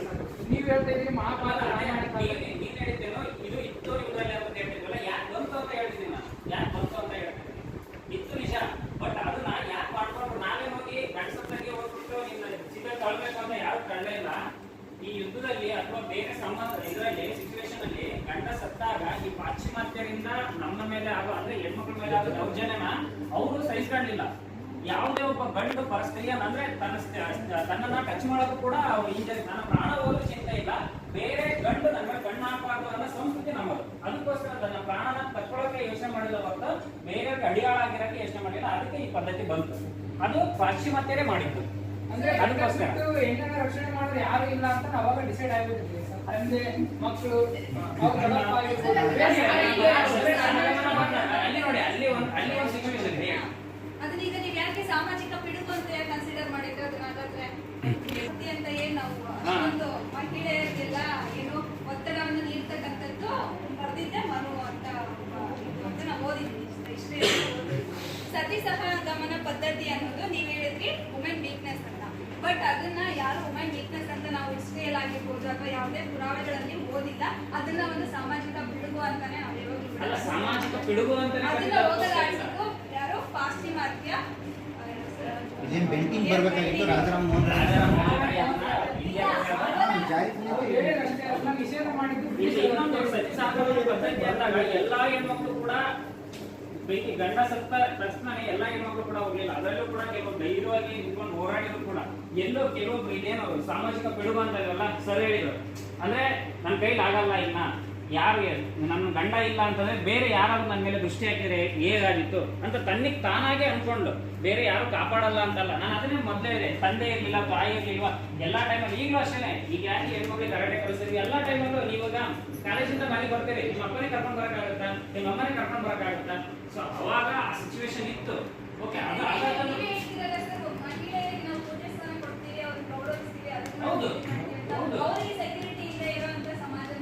ಅಂದ್ರೆ ಈಗ ನಾವು ಪೂಜೆ ಸ್ಥಾನ ಕೊಟ್ಟಿದ್ದೀವಿ, ನಾವು ಎಲ್ಲಾ ರೀತಿಯಲ್ಲೂ ಕೊಟ್ಟಿದ್ದೀವಿ. ನಿಮಗೆ ನೀವೇ ಅಂದ್ರೆ ಒಬ್ಬ ಮಹಿಳೆ ತನ್ನ ಗಂಡನೇ ಸರ್ವಸ್ವ ಅಂತ ತಿಳ್ಕೊಂಡಾಗ ಏನು ಮಾಡಕ್ಕಾಗಲ್ಲ. ನೀವು ಪಾಶ್ಚಿಮಾತ್ಯನಾಗಿ ಇವತ್ತು ಪೂಜೆ ಡೇಟಿಂಗ್ ಅವ್ನು ಇಷ್ಟ ಆಗಲಿಲ್ಲ ಬಿಡು, ಬೇರೆ ಇನ್ನೊಬ್ಬ ಹುಡುಗ ಬಂದ ಅಲ್ಲಿ ಹೋದ ಡೇಟಿಂಗ್ ಮಾಡ ಬಿಡು, ಅದೇನು ಪೇಪರ್ ಮನೆಗೆ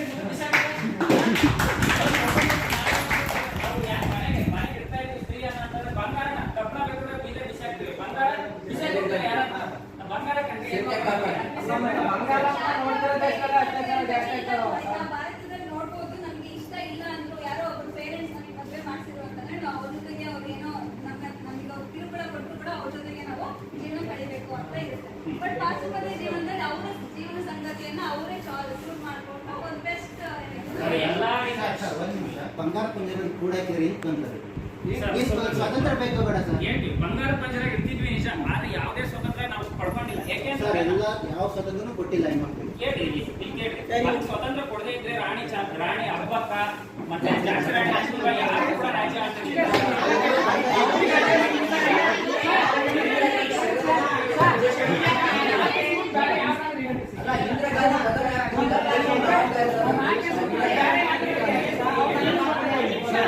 ಈಗ ಸ್ವತಂತ್ರ ಕೊಟ್ಟಿರಿ ಅಂತ ಹೇಳಿದ್ರಿ, ಅದೇ ಸರ್ವಧರ್ಮೀಯರನ್ನು ಸರ್ವರನ್ನು ಅತಿಥಿಗಳನ್ನು ಸ್ವೀಕರಿಸಬೇಕು. ಮನೆಗೆ ಅಂತ ಹೇಳ್ತೀವಿ, ನೀವು ಮನೆಗೆ ಬೇಕಿಸ್ತೀರ ನಾವು ಸಾಯಿಸಿದ್ರು ಕೂಡ ನಾವೇನು ಅತಿಥಿ ದೇವೋಭವ ಅನ್ನೋದು ನಾವು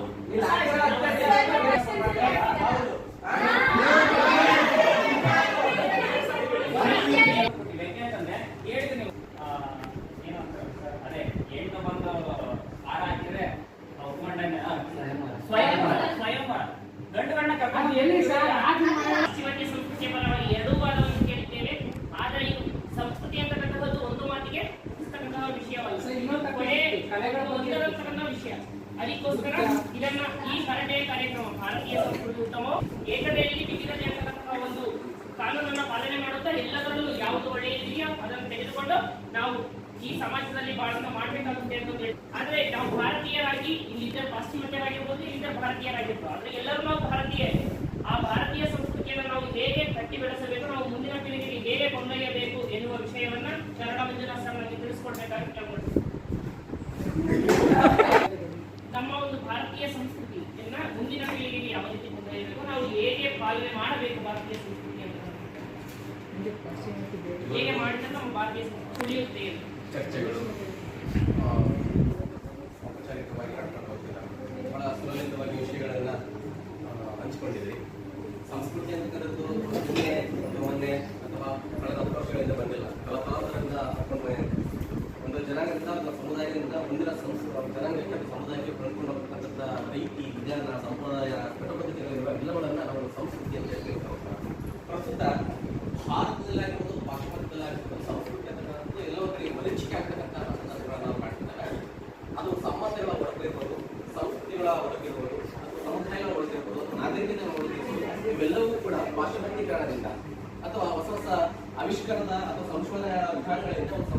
ಕೆಲವು ಕಡೆಗೆ ಮರೀಚಿಕೆ ಆಗ್ತಿದೆ. ಆ ಸಂಸ್ಕೃತಿಯನ್ನು ಉಳಿಸಿ ಬೆಳೆಸ್ಕೊಳ್ತಾರೆ. ನಮ್ಮ ಕೀರ್ತನವನ್ನ ನಮ್ಮ ಹಿನ್ನೆಲೆಯನ್ನ ಗಮನಿಸಿಕೊಂಡು ಹೋದರೆ ಮಾತ್ರ ಸಂಸ್ಕೃತಿಯನ್ನು ಉಳಿಸಿಕೊಳ್ಳಲಿಕ್ಕೆ ಸಾಧ್ಯತೆ ಇದೆ. ಆ ಸಮುದಾಯಗಳನ್ನ ಬೆಳೆಸುವುದರ ಮೂಲಕ ಅಥವಾ ನಾಗರಿಕತೆಯ ಪ್ರಜ್ಞಾವಂತಿಕೆಯನ್ನು ಬೆಳೆಸುವುದರ ಮೂಲಕ ಸಂಸ್ಕೃತಿ ಇರ್ತಕ್ಕಂತಹ ಅನೇಕ ವಿಚಾರಗಳನ್ನ ಅಥವಾ ಹಬ್ಬ ಹರಿದಿನಗಳಾಗಿರ್ಬೋದು, ಆಚರಣೆಗಳಾಗಿರ್ಬೋದು, ರೂಢಿ ಪದ್ಧತಿಗಳಾಗಿರ್ಬೋದು, ಅಥವಾ ಮದುವೆ ಸಂಭ್ರಮಗಳಾಗಿರ್ಬೋದು, ಅಥವಾ ಸಮುದಾಯಗಳಲ್ಲಿರ್ತಕ್ಕಂಥ ಆಚರಣೆಗಳಾಗಿರ್ಬೋದು, ಎಲ್ಲವುಗಳನ್ನ ಒಂದು ಪರಂಪರೆಯ ರೂಢಿಗತವಾಗಿ ಬೆಳೆಸ್ಕೊಂಡು ಹೋದ್ರೆ ಮಾತ್ರ ಸಂಸ್ಕೃತಿಗಳು ಬೆಳಕನ್ನ ಚೆಲ್ತಾರೆ. ಅದು ಮುಂದಿನ ಪರಂಪರೆಗೆ ಬೆಳಕನ್ನ ಕಂಡೊಯ್ಯುತ್ತೆ ಅನ್ನುವಂತಹ ಅಂಶಗಳು ಹೇಳುವುದರ ಮೂಲಕ ನನ್ನ ಮಾತುಗಳನ್ನು ಸರ್ ವೋಟ್ ಅಂತ ಹೇಳೋಣ. ಇದುವರೆಗೂ ನಡೆದಂತಹ ಚರ್ಚೆಗಳು ಭಾರತೀಯ ಸಂಸ್ಕೃತಿ ಉತ್ತಮವು, ಪಾಶ್ಚಿಮಾತ್ಯ ಸಂಸ್ಕೃತಿ ಉತ್ತಮ ಎನ್ನುವಂತಹ ಶೀರ್ಷಿಕೆ ಅಡಿಯಲ್ಲಿ ಕಟ್ಟೆ ಸರಣಿ ಕಾರ್ಯಕ್ರಮ 1ರ ಅಡಿಯಲ್ಲಿ ಇವತ್ತು ಚರ್ಚೆ ಆಗಿತ್ತು. ಈ ಚರ್ಚೆಗೆ ಪಾಲ್ಗೊಂಡಂತಹ ಪರವಾಗಿರ್ತಕ್ಕಂತಹ ಎಲ್ಲ ವಿದ್ಯಾರ್ಥಿಗಳಿಗೂ ಹಾಗೂ ವಿರೋಧವಾಗಿರ್ತಕ್ಕಂಥ ಎಲ್ಲ ವಿದ್ಯಾರ್ಥಿಗಳಿಗೂ ಹಾಗೂ ನನ್ನ ಕಾಲೇಜಿನ ಎಲ್ಲ ಸಹೋದ್ಯೋಗಿಗಳು ಕೂಡ ತುಂಬು ಧನ್ಯವಾದಗಳನ್ನು ಸಲ್ಲಿಸ್ತಾ ಹೋಗ್ತೇನೆ. ಈ ಕಾರ್ಯಕ್ರಮ ಒಂದು ರೂಪರೇಷೆ ಆಗಿಕೊಳ್ಳಿಕ್ಕೆ ಬಹುಮುಖ್ಯವಾಗಿ ವಾಣಿಜ್ಯ ವಿಭಾಗದ ಮಂಜುನಾಥ್ ಸರ್ ಅವರಿಗೂ ಮತ್ತು ಶಶಿಕುಮಾರ್ ಸರ್ ಅವರಿಗೂ ತುಂಬು ಧನ್ಯವಾದಗಳನ್ನು ಸಲ್ಲಿಸ್ತಾ ಹೋಗ್ತೇನೆ. ಈ ಕಾರ್ಯಕ್ರಮ ಆಯೋಜನೆ ಮಾಡಿ ವಿದ್ಯುನ್ಮಾನದ ಮಾಹಿತಿಯನ್ನು ನಮಗೆ ಒದಗಿಸಿಕೊಟ್ಟಂತಹ ಡಾಕ್ಟರ್ GP ಸುರೇಶ್ ಸರ್ ಅವರಿಗೂ ತುಂಬು ಧನ್ಯವಾದಗಳನ್ನು. ಈ ಕಾರ್ಯಕ್ರಮದಲ್ಲಿ ಆಸೀನರಾಗಿರ್ತಕ್ಕಂತಹ ವಾಣಿಜ್ಯ ವಿಭಾಗದ ಲೆಕ್ಚರ್ ಸರ್ ಅವರಿಗೂ, ಆಂಗ್ಲ ವಿಭಾಗದ ಸವಿತಾ ಮೇಡಮ್ ಅವರಿಗೂ ಮತ್ತು ಸುನೀತಾ ಮೇಡಮ್ ಅವರಿಗೂ ಕೂಡ ತುಂಬ ಧನ್ಯವಾದಗಳನ್ನು ಅರ್ಪಿಸ್ತಾ ಹೋಗ್ತೇನೆ. ನಮ್ಮ ಈ ಕಾರ್ಯಕ್ರಮಕ್ಕೆ ಹರಟೆ ಕಾರ್ಯಕ್ರಮಕ್ಕೆ ಹಾಗೆ ನಮ್ಮ ಸಾಮರ್ಥ್ಯ ಸರಿ ಸುರೇಶ್ ಸರ್ ಅವರು ಕೂಡ ಈ ಕಾರ್ಯಕ್ರಮದಲ್ಲಿ ಆಸೀನರಾಗಿದ್ದಾರೆ. ಸುದೀರ್ಘವಾಗಿ ಅವರು ಕೂಡ ಉತ್ಸುಕರಾಗಿದ್ದಾರೆ. ವಿದ್ಯಾರ್ಥಿಗಳಿಗಿಂತಲೂ ಕೂಡ ಅವ್ರ ಮಾತಿನ ಬಾಡಿ ಲ್ಯಾಂಗ್ವೇಜ್ ಮೂವ್ ಆ ಉತ್ಸಾಹ ನಮ್ಮ ವಿದ್ಯಾರ್ಥಿಗಳು ಇನ್ನೂ ಕೂಡ ಅಡಿಕೊಂಡಿದೆ. ಅದು ಹೊರಗಿಚ್ಚುವಂತಹ ಕ್ರಿಯೆ ಮುಂದಿನ ದಿನಗಳಲ್ಲಿ ನಡೀಬೇಕಂತ ಮಾತನ್ನ ಹೇಳ್ತಾ ಅವರು ಕೂಡ ಈ ಕಾರ್ಯಕ್ರಮದಲ್ಲಿ ಕೂಡಿದ ಧನ್ಯವಾದಗಳು. ನೆಕ್ಸ್ಟ್ ಪ್ರೋಗ್ರಾಮ್ ಅಸಲಿನ ಮೇಲೆ it is not final topic. ಮತ್ತೆ ನಮ್ಮ ಎಲ್ಲ ಸಹೋದ್ಯೋಗಿಗಳು ಕೂತ್ಕೊಂಡು ಚರ್ಚೆ ಮಾಡಿ ಅದು ಆ ವಿಚಾರ ಇರಬೇಕು ಅಥವಾ ಬೇರೆ ವಿಚಾರ ಇರಬೇಕಂತದನ್ನ ಮಾತಾಡ್ಕೊಂಡು ಫೈನಲ್ ಆಗಿ ಅದಕ್ಕೂ ಕೂಡ ಓದ್ಕೊಳ್ಬೇಕಾಗಿದೆ. ನೆಕ್ಸ್ಟ್ ಸೆಮಿಸ್ಟರ್ ಇದೆ, ಇಲ್ಲಿಗೆ ಎಂಡ್ ಆಗಲ್ಲ. ನೆಕ್ಸ್ಟ್ ಸೆಮಿಸ್ಟರ್ ಇದೆ, ಅಲ್ಲಿ ಕೂಡ ಮತ್ತೆ ಇದೇ ತರದ ಕಾರ್ಯಕ್ರಮಗಳು ಜರುಗ್ತಾ ಹೋಗ್ತವೆ. ಈಗ ಯಾವ ರೀತಿ ಪಾಲ್ಗೊಂಡಿದ್ರೋ ಮುಂದಿನ ರೀತಿಯಲ್ಲಿ ಕೂಡ ಅತಿ ಉತ್ಸಾಹದಿಂದ ಪಾಲ್ಗೊಂಡು ನಿಮ್ಮನ್ನ ನೀವು ಬೆಳೆಸ್ಕೊಳ್ರಿ. ನಿಮ್ಮ ಬುದ್ಧಿವಂತಿಕೆಯನ್ನ, ನಿಮ್ಮ ನಾಲೆಡ್ಜನ್ನ ಅಥವಾ ನಿಮ್ಮ ಚಟುವಟಿಕೆಗಳನ್ನ, ನಿಮ್ಮ ಸೃಜನಶೀಲತೆಯನ್ನ, ನಿಮ್ಮ ಬೆಳವಣಿಗೆ ವಿಕಾಸಗಳನ್ನ ಬೆಳೆಸ್ಕೊಂಡಾಗ ಮಾತ್ರ ನೀವು ಸಮಾಜದಲ್ಲಿ ಪ್ರಬುದ್ಧರಾಗಿ ಬೆಳೆದಕ್ಕೆ ಸಾಧ್ಯ ಆಗುತ್ತದೆ ಅಂತ ಮಾತನ್ನ ಹೇಳ್ತಾ ನನ್ನ ಮಾತುಗಳಿಗೆ ವಿರಾಮ ಕೊಡ್ತೇನೆ. ಎಲ್ಲರಿಗೂ ನಮಸ್ಕಾರ. ನನಗೆ ಬೆಳಿಗ್ಗೆ ಒಂದು ಕನ್ಫ್ಯೂಷನ್ ಆಯಿತು. ಸರ್ವತ್ರ ಕಾರ್ಯಕ್ರಮ ಮಾಡೋಣ ಅಂತ ರವಿಶಂಕರ್ ಮಾತಾಡ್ತಾ ಇಲ್ಲ ಸರ್ 10 ಗಂಟೆ ಕ್ಲಾಸ್ ಸ್ಟಾರ್ಟಿಂಗ್ ಇದೆ ಅಂತ 11 ಬಂದ್ವಿ. 11 ಆದ್ಮೇಲೆ ಸರ್ ಬೆಳಿಗ್ಗೆ ಸರ್ ನಿಮಗೆ ಕಾರ್ಯಕ್ರಮ 11 ಬೆಳಿಗ್ಗೆ ಕಂಪ್ಲೀಟ್ ಮಾಡೋಣ ಅಂತ ಮಾತಾಡ್ತೀವಿ. ಇಲ್ಲ ಕ್ಲಾಸ್ಗಳು ತಡ ಆಗ್ತಿದಾವೆ, 12 ಮೇಲ್ಪಟ್ಟು ಇಟ್ಕೊಳ್ಳೋಣ ಅಂತ ಒಂದು 1:30ಗೆ ಡಿಸೈಡ್ ಆಗಿ 12 3 ಗಂಟೆ ಆಗಿದೆ ವಿದ್ಯಾರ್ಥಿಗಳು ಹಂಗೆ ಕಳಿಸ್ಕೊಡ್ತು ಅಂತ ಹೇಳಿದಾಗ ಹೊಸ ಮಟ್ಟಿಗೆ ವ್ಯವಸ್ಥೆ ಮಾಡಲಾಗಿದೆ. ದಯವಿಟ್ಟು ಯಾರು ಕೂಡ ಹಂಗೆ ಹೋಗ್ತಾನೆ ಹೊಸ ಮಟ್ಟಿಗೆ ಸ್ವೀಕರಿಸಿ ಜೊತೆ ನೀರು ಕೊಡೋದು ಹೋಗುವಂತ ಬಟ್ ನೆಕ್ಸ್ಟ್ ಪ್ರೋಗ್ರಾಮ್ ಆಗ್ಬೋದೇ ಎಲ್ಲರೂ ಸಾಮಾನ್ಯ ಮತ್ತು ಪರೋಕ್ಷ ಮತ್ತು ಪ್ರತ್ಯಕ್ಷ ಎಲ್ಲರೂ ಕೂಡ ಧನ್ಯವಾದ.